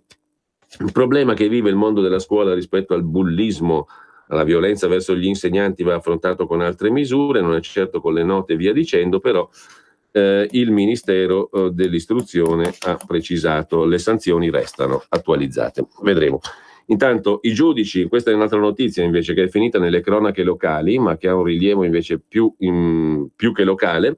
Dal Corriere di Bologna, per fare un esempio, i giudici, il Tribunale Civile di Bologna bloccano il decreto Salvini e dicono sì alla residenza per gli aspiranti profughi. Accolto il ricorso dei richiedenti asilo, si impedisce l'esercizio dei diritti costituzionali. Insomma, il Tribunale Civile di Bologna ha accolto il ricorso presentato da 2 richiedenti asilo ai quali era stata negata l'iscrizione all'anagrafe del comune, come previsto dal decreto sicurezza del ministro Salvini e da una circolare del Viminale. Secondo la giudice, che ora ha imposto al sindaco l'iscrizione dei 2 migranti, la previsione contenuta nel decreto è poco chiara e viola l'esercizio di diritti di rilievo costituzionale, come quello al lavoro e all'istruzione. Il provvedimento del Tribunale è stato accolto con soddisfazione dal sindaco di Bologna Merola, che ha annunciato che il comune non si opporrà a questa decisione. Dunque i giudici stoppano il ministro dell'Interno e spianano la strada al sindaco Merola, imponendo con un'ordinanza quello che giuristi e realtà impegnate nell'accoglienza dei migranti e partiti di sinistra andavano dicendo da tempo. Il decreto sicurezza introdotto da Salvini non può impedire ai richiedenti asilo l'iscrizione all'anagrafe del comune. Con un'ordinanza depositata ieri, la giudice Matilde Betti ha accolto il ricorso presentato da Anatomio Mumolo e Paola Pizzi per gli avvocati di strada e da Nazarena Zorzella dell'ASGI, Associazione Studi Giuridici sull'Immigrazione, per conto di 2 migranti contro un provvedimento del 6 marzo scorso con cui l'ufficiale dell'anagrafe del comune aveva dichiarato irricevibile la loro richiesta di iscrizione quali persone senza fissa dimora. Un ostacolo previsto dal decreto sicurezza e ribadito in una circolare del Ministero dell'Interno a tutti i comuni, secondo cui il permesso di soggiorno non è più titolo per l'automatico riconoscimento all'iscrizione all'anagrafe. Secondo il Tribunale Civile di Bologna, che dice che le previsioni del Ministero dell'Interno sono poco chiare. La mancata iscrizione ai registri anagrafici impedisce l'esercizio di diritti di rilievo costituzionale, tra i quali l'istruzione e il lavoro. A questa conclusione è arrivata la giudice dopo aver chiarito che la norma non contiene un divieto esplicito di iscrizione per i richiedenti asilo, ma evidenzia che il permesso di soggiorno per richiesta di asilo non costituisce titolo per l'iscrizione all'anagrafe. Da qui la necessità di un problema interpretativo, dice il Tribunale. Il passaggio successivo porta a una lettura costituzionalmente orientata della norma all'interno delle previsioni della Carta e del diritto europeo. Insomma, per la giudice, rimandare la decisione alla causa di merito comporterebbe per il richiedente asilo un pregiudizio. Da qui l'ordine al sindaco di Bologna di iscrivere i richiedenti all'anagrafe. Uno dei casi riguardava una armena ospitata in una struttura di accoglienza, scrive il Corriere di Bologna. Sui migranti poi c'è l'altro aspetto, qua siamo al Corriere del Veneto, le cooperative che boicottano i bandi, dice Borgonovo sulla Verità che le cooperative le boicottano per il quattrino, perché manca il quattrino, una lettera ai prefetti, non siamo hotel, dicono le COP, decreto sicurezza assenti 15 su 20, nessun dietrofront, dice il leghista Ostellari, e le prefetture parlano di ipotesi di proroga. Non è solo la Caritas a disertare i bandi per l'accoglienza migranti basati sul decreto sicurezza che ha abbassato la quota da 35 a 19/23 euro al giorno. Anche le cooperative sociali fanno obiezione di coscienza, si chiama così adesso il quattrino, coscienza. 20 giorni fa Lega Coop e Confcooperative del Veneto, il 90% delle associate impegnate nell'accoglienza dei richiedenti asilo, hanno scritto una lettera alle prefetture di Padova, Verona, Venezia, Belluno e Treviso, le prime a indire le gare con i nuovi parametri. Non siamo albergatori, recita la lettera. Se le prefetture non rivedono le quote, saremo costretti a mandare deserti i bandi. Con queste cifre, almeno 350 dipendenti resteranno senza lavoro, prevalentemente donne con alta specializzazione, dice la Lega delle Cooperative, insomma, Confcooperative e Lega Coop insieme. Risponde Andrea Ostellari, relatore al Senato del decreto sicurezza per la Lega: non faremo alcun passo indietro, l'importo resta quello, è adeguato anche perché tarato in base allo studio del Viminale sulle reali esigenze dei migranti. Se associazioni e cooperative non ce la fanno, si facciano aiutare dal volontariato. Se si tireranno indietro, troveremo altre soluzioni in accordo col territorio che non contemplano le basi militari. Gli arrivi sono pochissimi e dobbiamo continuare a rimpatriare i non aventi diritto all'asilo.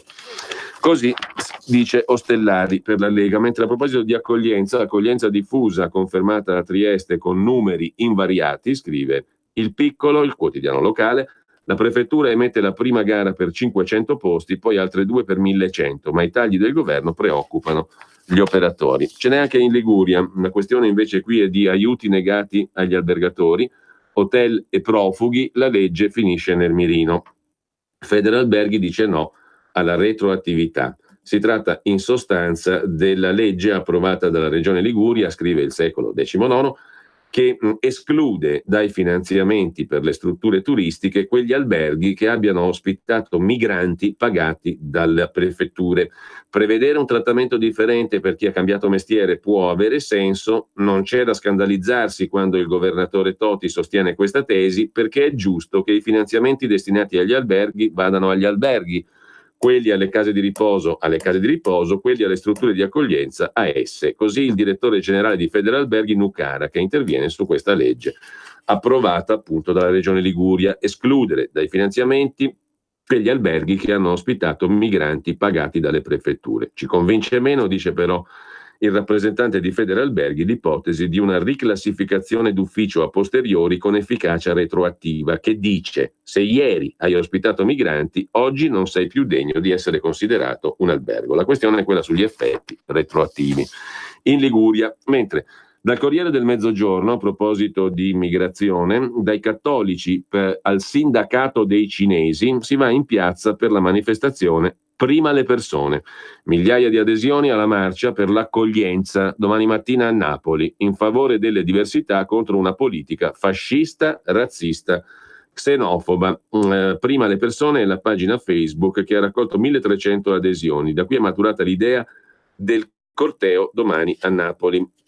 Gli organizzatori hanno scelto l'articolo 3 della Costituzione e lo hanno stampato sulle magliette blu che saranno il simbolo della manifestazione. Variegato al massimo il fronte dei manifestanti: cattolici, ebrei, sinistra, gay, comunità africane, cinesi, sindacalisti, Lega Ambiente. E a proposito invece di altre questioni di primo piano, dal Napoli torniamo al Veneto, col Corriere del Veneto, l'autonomia affossata. La ministra Stefani dice: nessun ministro del Movimento 5 Stelle mi ha affrontato. Di Maio va in TV e dice: si farà ma senza fretta, non voglio pasticci. Salvini ha detto che la Lega è pronta, spero che il Consiglio dei Ministri a breve approvi la riforma. Di Maio ha osservato: il Movimento 5 Stelle sarà garante della coesione nazionale, l'autonomia non è argomento da affrontare in fretta, dice Di Maio. E ancora la ministra Stefani: l'intesa è pronta dal 15 febbraio, ma da allora nessuno ha più sollevato obiezioni, nessun ministro dei 5 Stelle. Commenta anche Luca Zaia, il presidente del Veneto: vogliono fare i maestri di scuola con la matita rossa, sottolineano gli errori ma non spiegano le correzioni. Insomma, l'autonomia sta diventando un'agonia. Lo ha detto il governatore Zaia, è dura dargli torto, scrive il Corriere del Veneto. Anche martedì l'atteso Consiglio dei Ministri, annunciato come risolutivo, si è concluso col nulla di fatto e il gioco delle parti. Sono stati fatti passi avanti, facevano sapere fonti della Lega all'uscita da Palazzo Chigi, le intese saranno portate al prossimo Consiglio dei Ministri. Clima costruttivo. Tutto bene? No, tutto male, nessuna decisione è stata presa. La relazione del ministro Stefani è stata approssimativa, un compito fatto male, la riforma va fatta bene, hanno ribattuto fonti del Movimento 5 Stelle. Salvini ha proposto di ridiscutere, ma nessuno ha risposto. Le priorità sono salario minimo, taglio degli stipendi dei parlamentari, perché, ha detto Di Maio, prima mi preoccupo di come alzare gli stipendi degli italiani. Dal 15 febbraio, giorno in cui la ministra Stefani ha annunciato di aver chiuso l'istruttoria coi ministeri ed essere pronta a portare in Consiglio dei Ministri le intese con Veneto, Lombardia e Emilia Romagna, il giochino è sempre lo stesso. Salvini fa un passo avanti, Di Maio ne fa uno indietro, scrive il Corriere del Veneto. Anche la nuova di Venezia e Mestre si occupa della questione. Conte convoca i due vice premier, Salvini e Di Maio, per sciogliere il nodo dell'autonomia. Il ministro Stefani strappa l'impegno, le intese di Veneto, Lombardia e Emilia Romagna discusse nel prossimo Consiglio dei Ministri, ma prima il chiarimento politico.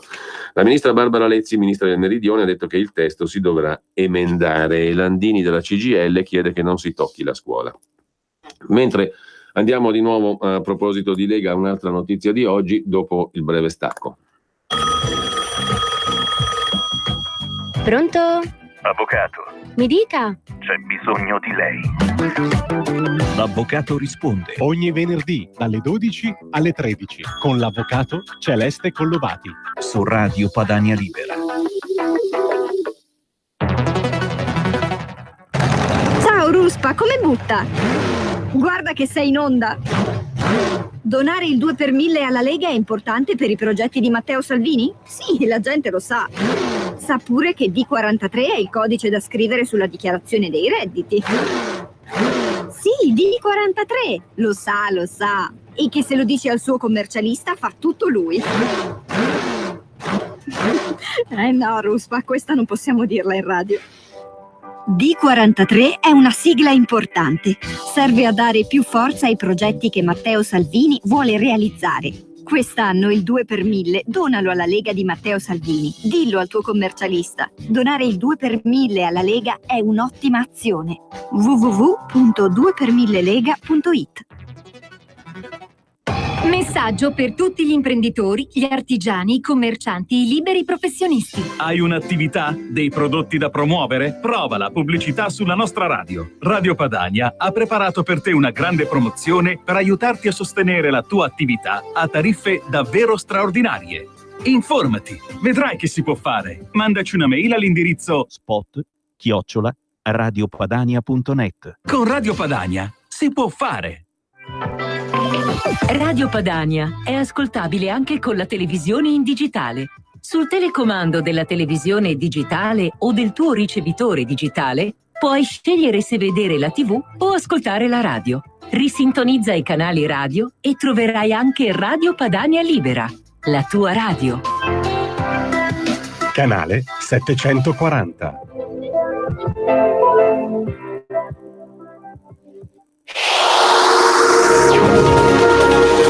Exclusive Dance Chart. Exclusive Dance Chart.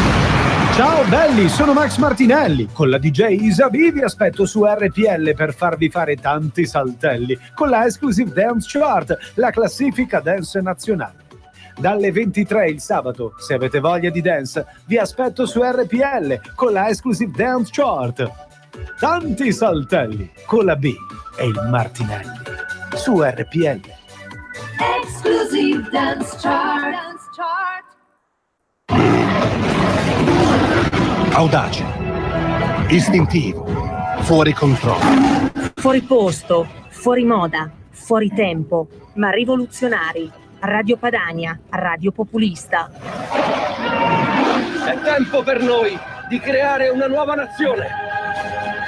È tempo di essere padroni del nostro destino. Libera la bestia che c'è in te. Radio Padania Libera allarga i suoi confini.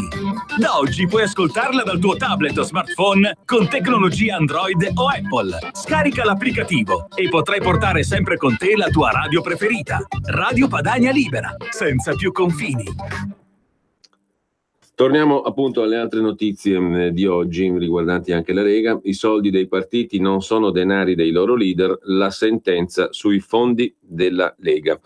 Se ne occupa Il Giorno, tra gli altri in cronaca milanese. Le motivazioni: 3 mesi fa confermata la condanna per Belsito, i bossi salvati da Salvini, gli studi del Trotta. Per i giudici c'è anche la prova della laurea comprata in Albania. L'ex tesoriere Belsito ha detto: in alcuni casi ho ripianato il rosso di alcuni conti personali dello stesso Bossi e dei suoi figli. La Corte d'Appello ha stabilito che è inaccettabile l'assunto secondo cui il segretario di un partito possa disporre dei fondi a suo piacimento. Come funzionassero le cose, l'ex tesoriere Belsito l'aveva spiegato a verbale già 6 anni fa. In alcuni casi, ha detto Belsito, ho ripianato il rosso di alcuni conti personali dello stesso Bossi. In un caso 48.000 euro, spese di Riccardo, uno dei figli, per 100.000 euro. Spese risultanti sotto la voce CIDSA riguardano le lauree in Albania per Riccardo e Renzo. Ora, dalle motivazioni appena depositate della sentenza con cui a gennaio la Corte d'Appello confermò per Belsito la condanna per appropriazione indebita a 1 anno e 8 mesi, Bossi, Umberto e Renzo salvati dalla condanna di primo grado perché l'attuale capo Matteo Salvini ritirò le querele del partito, quelle parole escono confermate. I giudici spiegano di ritenere provata la responsabilità di Belsito anche per le lauree albanesi. Più in generale, Belsito avrebbe sottratto in modo illecito 1.771.000 euro dalle casse del partito, tra cui un assegno bancario da 5.000 euro rilasciato a una persona esterna al mondo Lega, inserito nel mondo universitario, coinvolto nella vicenda del conseguimento all'Università Cristal di Tirana dei titoli di studio di Renzo Bossi e Pierangelo Moscaggiuro, uomo scorta di Rosi Mauro. Eppure, che il segretario di un partito non possa disporre a suo piacimento dei fondi versati dagli associati o erogati dai presidenti di Camera e Senato come rimborso spese elettorali, lo diceva anche il buon senso. Ora il concetto però è ribadito nelle motivazioni della sentenza d'appello, che recita così: la natura giuridica dei partiti politici e le norme civilistiche ad essi applicabili consentono di respingere come inaccettabile l'assunto difensivo, secondo cui il segretario di un partito può disporre dei fondi del partito a piacimento alla stregua di patrimonio personale.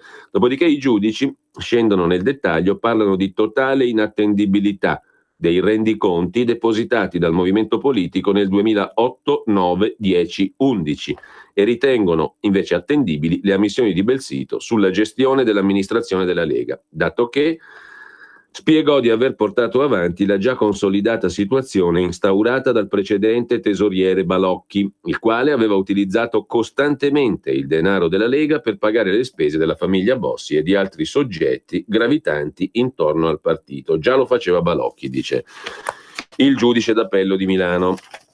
Con ciò lasciamo anche questa notizia per andare invece a un'altra vicenda che riguarda la Lega, riguarda Salvini. Arriva Salvini, tour elettorale tra le proteste. A Modena, Reggio, Ferrara, il vice premier in visita aspettando il voto locale. In ogni città si preparano le contromanifestazioni, proteste di anarchici e CGIL in Emilia-Romagna per il tour elettorale di Salvini. Il leader della Lega Toccherà oggi, una ad una, tutte le principali città al voto. Il 26 maggio da Fidenza a Reggio Emilia, a Modena, a Ferrara e Forlì. Sarà braccato da una coda di presidi e di contromanifestazioni. In particolare a Modena, previsti 3 cortei contro il ministro, con piazze blindate e oltre 100 agenti in campo.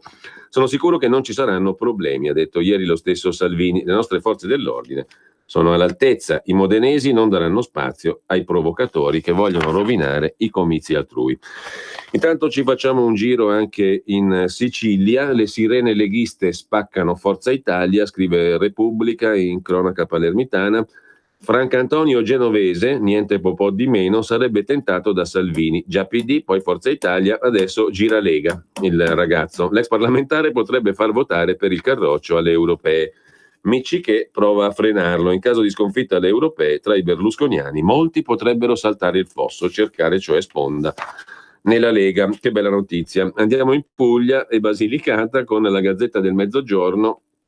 Luigi Deramo è il riorganizzatore della Lega in Puglia, il neosegretario regionale ha nominato i referenti provinciali. A Foggia torna l'uomo vicino a Casanova rimosso a novembre da Caroppo, incarichi territoriali per Sasso, Marti, Riviello.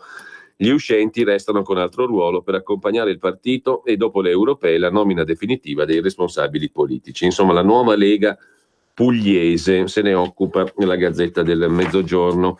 Il neosegretario regionale è Luigi Deramo.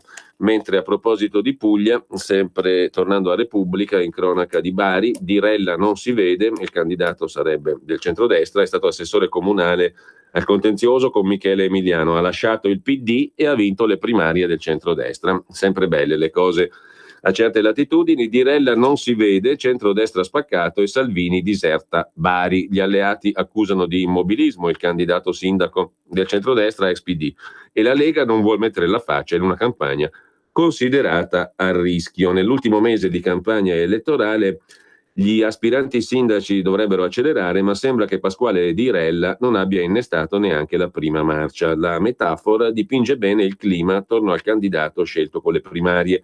I rivali di Antonio De Caro non hanno aspettato il 27 maggio per cominciare a litigare. La rissa è già scattata. Dirella, che ha vinto le primarie a febbraio, ha sferrato l'attacco ai partiti del centrodestra che a suo dire starebbero depotenziando la sua candidatura, sarebbero assenti dalla campagna elettorale. Così su Repubblica in cronaca di Bari. Ma torniamo adesso brevissimamente al Corriere della Sera. Vi segnalo qui dalle pagine di cronaca il colloquio con il genitore di uno dei 2 violentatori di Viterbo. È vero, gli ho detto di buttare il telefono, ma io quei filmati non li ho mai visti. La verità verrà fuori. Ho commesso un reato con un consiglio? Non credo. Sono suo papà.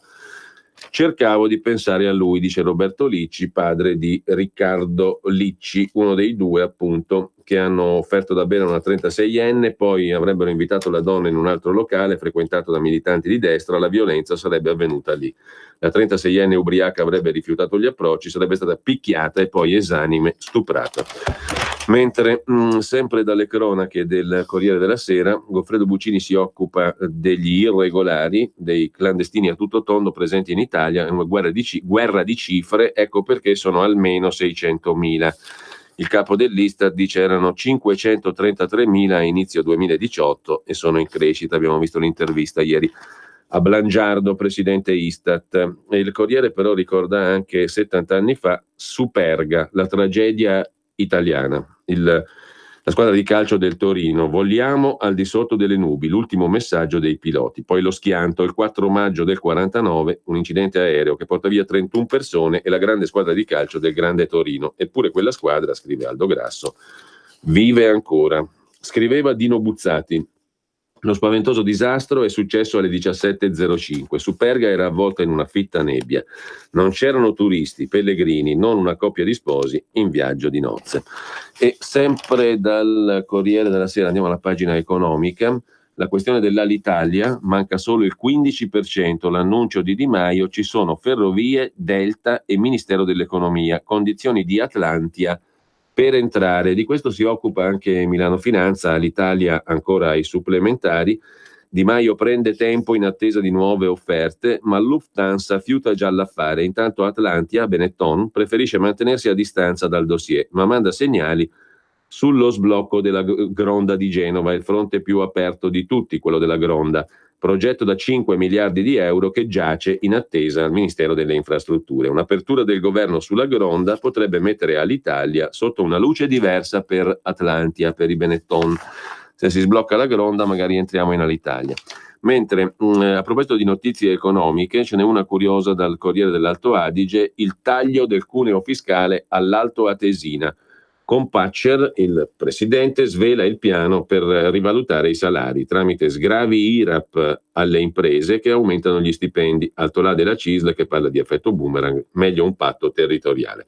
Si preannuncia una primavera calda per i rapporti tra giunta provinciale e sindacati, rinnovo del contratto del pubblico impiego da una parte e fronte dell'IRAP, con il piano di sgravi annunciato dal governatore Compaccer, che aveva già parlato di un piano per rivalutare i salari del settore privato e ha anticipato qualche dettaglio. Sgravi IRAP alle imprese che aumentano i salari del contratto nazionale. Secondo la CISL però il progetto rischia di essere un boomerang, sarebbe da prevedere un patto territoriale che parli di salari e di altri temi.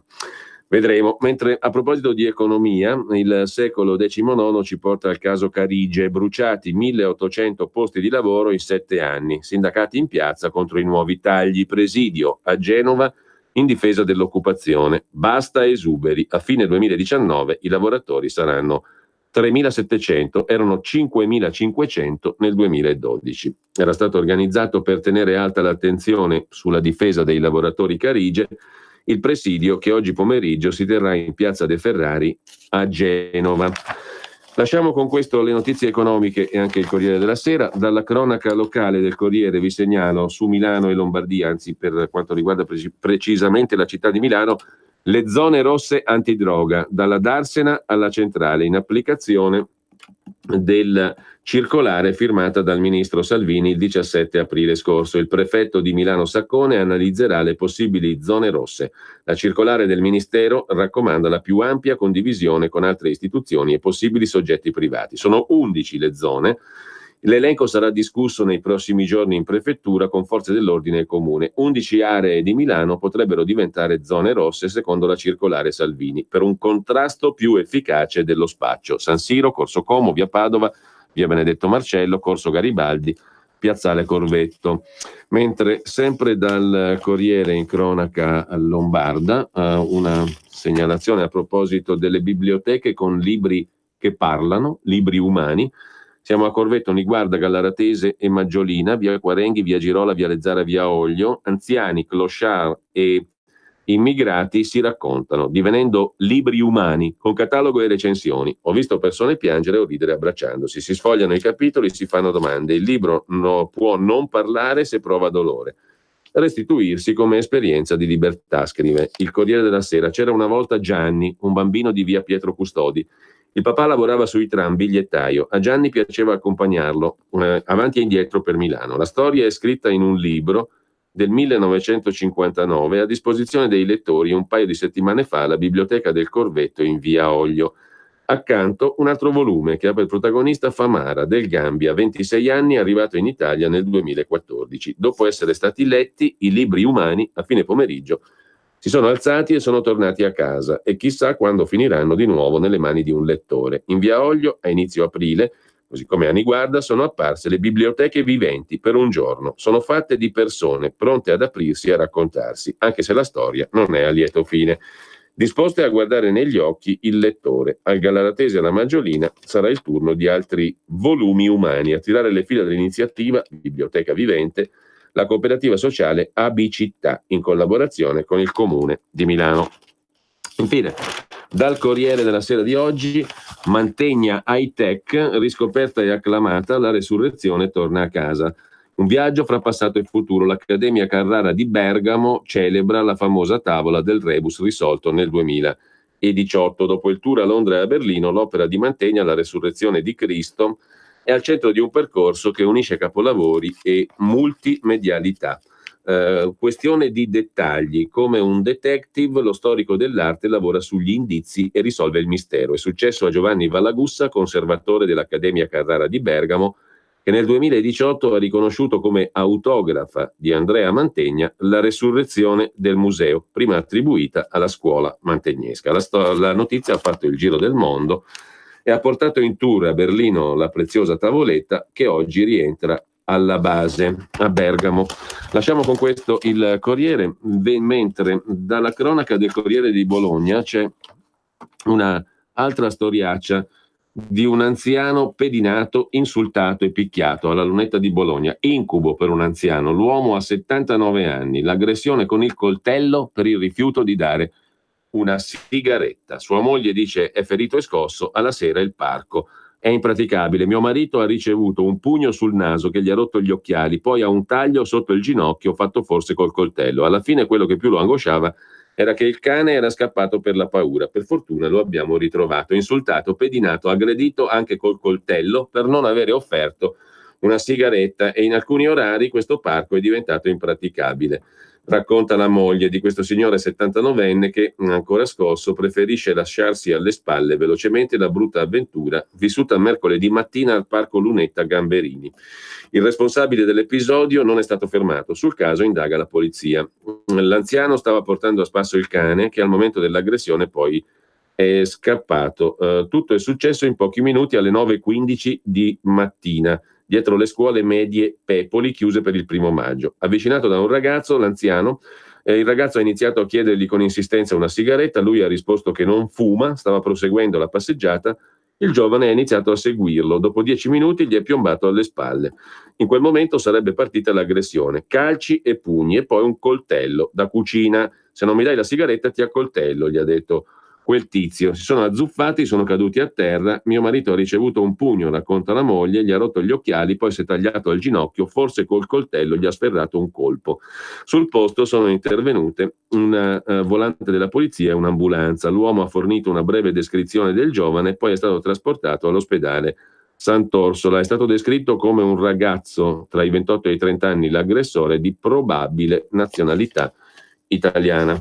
Così sul Corriere di Bologna, mentre dal cittadino di Lodi un altro fattaccio: mamma aggredisce l'insegnante dopo la sospensione della figlia, la donna irrompe nell'ufficio, colpisce l'insegnante e le tira addosso una sedia. L'episodio all'istituto Cazzulani di Lodi ieri mattina. Purtroppo sono cose che avvengono nel clima di disfacimento culturale in cui viviamo. Vendica la sospensione da scuola della figlia aggredendo la professoressa responsabile del plesso. La mamma di una ragazza 17enne ha fatto così irruzione alla succursale dell'istituto Einaudi presso il Cazzulani in via Vignati. Ha preso a pugni la referente Vittoria Bellini che si trovava nel suo ufficio, tirandole poi addosso una sedia. Sul posto 2 volanti della questura.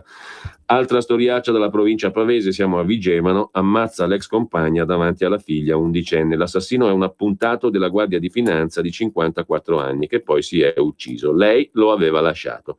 Orrore la sera di mercoledì a Vigevano. Un appuntato della Guardia di Finanza, Luca Adamo, 54 anni, ha ucciso con 20 coltellate l'ex compagna Erika Cavalli, 37, davanti alla figlia 11enne. Poi si è suicidato sparandosi con la pistola di ordinanza. La tragedia verso le 23, nella villetta di via Ivrea dove la coppia aveva vissuto fino a poche settimane fa, quando la donna era tornata a vivere da sola a Cassolnovo, paese d'origine. L'altra sera aveva riportato la figlia dal padre dopo aver passato con lei la giornata. L'uomo insisteva perché tornasse con lui. È scoppiata una violenta lite, la bambina spaventata aveva telefonato ai nonni chiedendo aiuto. Quando sono arrivati, purtroppo Erika era già morta, così come Luca Adamo, suicida, giù nella tavernetta. Così da Vigevano. Mentre a Manduria gli aguzzini del 66enne vittima delle torture, morto, poi dicono siamo dispiaciuti. 6 minorenni restano in carcere, ma sapevano anche altri adulti. Sotto torchio 2 maggiorenni, scrive la Gazzetta del Mezzogiorno, e 6 baby torturatori. I fatti erano noti anche alla fidanzata e ai genitori di uno di loro e alla professoressa di un altro. C'è l'aggravante della crudeltà col sequestro di persona e la violazione di domicilio. Su questo c'è anche un'apertura dell'agenzia ANSA. In questo momento, braccato dai suoi aguzzini, l'uomo, la vittima, Stano, era terrorizzato. Anziano picchiato a morte. Il GIP non convalida i fermi, ma dispone la custodia cautelare in carcere per maggiorenni e minorenni componenti della gang di bulli che ha torturato e ucciso il pensionato di Manduria. Hanno inclinazione alla consumazione di reati, totale inaffidabilità, completa assenza di freni inibitori.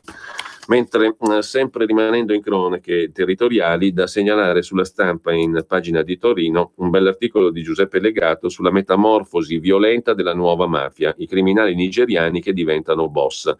Gli sviluppi delle inchieste della Procura di Torino sull'organizzazione mafiosa nigeriana emergente raccontano anche di traffici di armi con l''ndrangheta, come i clan tradizionali smerciano droga e controllano il territorio. Area 10, nel linguaggio dei signori della droga, affiliati alla criminalità organizzata nigeriana, veniva chiamata così la porzione di Torino di Lungodora, trasformata in esclusivo territorio di spaccio, una zona controllata in stile mafioso, con metodo intimidatorio, incutendo timore alla comunità di riferimento, a prescindere dagli atti di violenza specifici. Così si sono evoluti i gruppi criminali stranieri che negli ultimi anni si sono presi una fetta di Torino e della sua torta illegale, strutturandosi in mafie vere e proprie, con codici, riti, zone di competenza, gerarchie, regole, specializzazioni, tutte caratteristiche degli EIE e dei Mafite, che il magistrato Stefano Castellani, titolare dell'inchiesta dell'antimafia,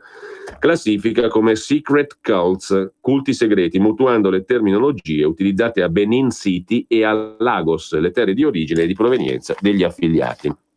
Andiamo invece in Veneto con il Giornale di Vicenza. In città sono raddoppiati i senza tetto in 3 anni. Sono più di 700 le persone che non hanno una casa. Dal 2015 è esploso il fenomeno dei bivacchi. L'amministrazione comunale ha predisposto un bando per fornire un tetto a chi ne ha bisogno, tra albergo cittadino, co-housing e via Mario. Pronto un piano da 1,5 milioni per l'accoglienza. E sempre dal Veneto, siamo però all'Arena di Verona, una intervista a Francesco Cobello, manager capo dell'azienda ospedaliera universitaria integrata di Verona, direttore generale.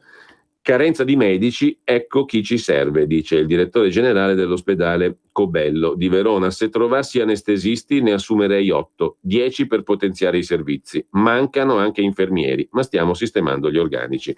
Questa azienda è tra le eccellenze d'Italia, ci viene gente da tutto il mondo a curarsi, è un orgoglio. È una grande industria con 5.000 dipendenti. Le tensioni ci sono, ma al primo posto ci sono i pazienti.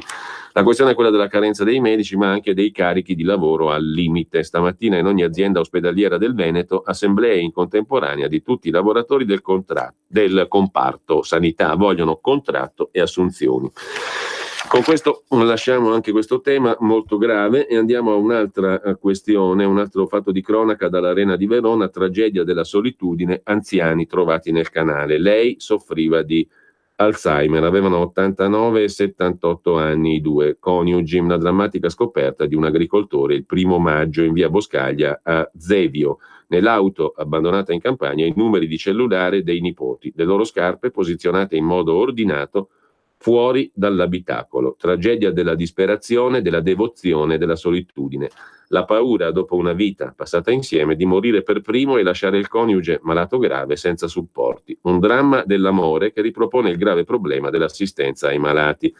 Questo è il senso della doppia tragedia avvenuta nel Veronese. Avevano 89 e 78 anni i due coniugi trovati annegati, i cui corpi sono stati ripescati dai vigili del fuoco il 1° maggio nel canale Sava, ex Enel, vicino a Zevio. Li chiameremo Giovanni e Maria, quest'uomo e questa donna che hanno deciso di farla finita dopo anni difficilissimi alle spalle. C'è un altro fatto tragico che ha colpito in questo caso un esponente politico, ex leghista, ex consigliere regionale della Lega Noto, si chiama Ettore Beggiato. La figlia è morta all'improvviso e nessuno ha capito il perché. Ambra ha 27 anni. La corsa in ospedale, l'attesa, l'epilogo drammatico, il dolore terribile. Ettore Beggiato, 64 anni, di Campiglia dei Berici, Vicenza, volto storico della Liga Veneta, ex consigliere regionale, ha provato a dormirci sopra qualche ora e poi ha trovato la forza per diramare la notizia su Facebook. La Meambra la sevolà in paradiso, si legge sopra la foto della figlia sorridente di 27 anni. Viveva coi genitori a Bastia di Rovolon, Padova. Centinaia di messaggi di cordoglio nel giro di poche ore. Ambra ha iniziato a star male sabato sera, domenica è entrata in coma e morta. Nessuno ha capito il perché. Abbiamo donato gli organi, dice Beggiato, speriamo che serva a salvare altre vite. Mentre, sempre rimanendo alle cronache territoriali, forse un'unica regia dietro al traffico illegale dei rifiuti, siamo ancora in Veneto, la Nuova di Venezia e Mestre, la regia è dell''ndrangheta, le vedette lungo i percorsi attraversati dai camion stracolmi, il permesso delle signorie concesso ai trafficanti veneti. L''ndrangheta nel traffico illegale di rifiuti. Di rifiuti si occupa anche il Corriere della Sera in cronaca piemontese, discariche a capolinea, in Piemonte serve un altro inceneritore, è emergenza rifiuti. Dal 2020 un surplus di 220.000 tonnellate e bisogna appunto costruire un altro inceneritore. Trasferire l'immondizia fuori regione costerà 535 milioni in 15 anni, cioè più dei nuovi impianti. Ma da Torino c'è anche la notizia dell'arrivo dello sceicco di Sharjah, l'emiro scrittore per il Salone del Libro. È atterrato in città appunto lo sceicco di Sharjah, capitale culturale degli Emirati Arabi Uniti. Per lui un palazzo in via Bogino come suite, un calligrafo fatto venire dal Marocco per il firmacopie del suo libro, il sogno nel cassetto di cenare con Ronaldo a Palazzo Madama, un palazzo intero come suite personale, perché le suite degli alberghi torinesi a 5 stelle non sono state ritenute all'altezza. Un calligrafo dal Marocco per vergare le copie del suo libro, Memorie di un emiro illuminato, e il sogno appunto di cenare con Ronaldo, In città è atterrato Sua Altezza Sultan III bin Muhammad al-Qasimi, 80 anni, storico, scrittore, docente universitario, sceicco di Sharjah, membro del Consiglio Supremo degli Emirati Arabi. Ci salutiamo qua per il momento, poi come al solito torniamo con Sulla Notizia. Qui Parlamento. Intervenire la relatrice deputata Colmelere, prego. Grazie Presidente, cari colleghi. Al termine dell'iter per l'approvazione di questa legge alla Camera, voglio solo ringraziare tutti i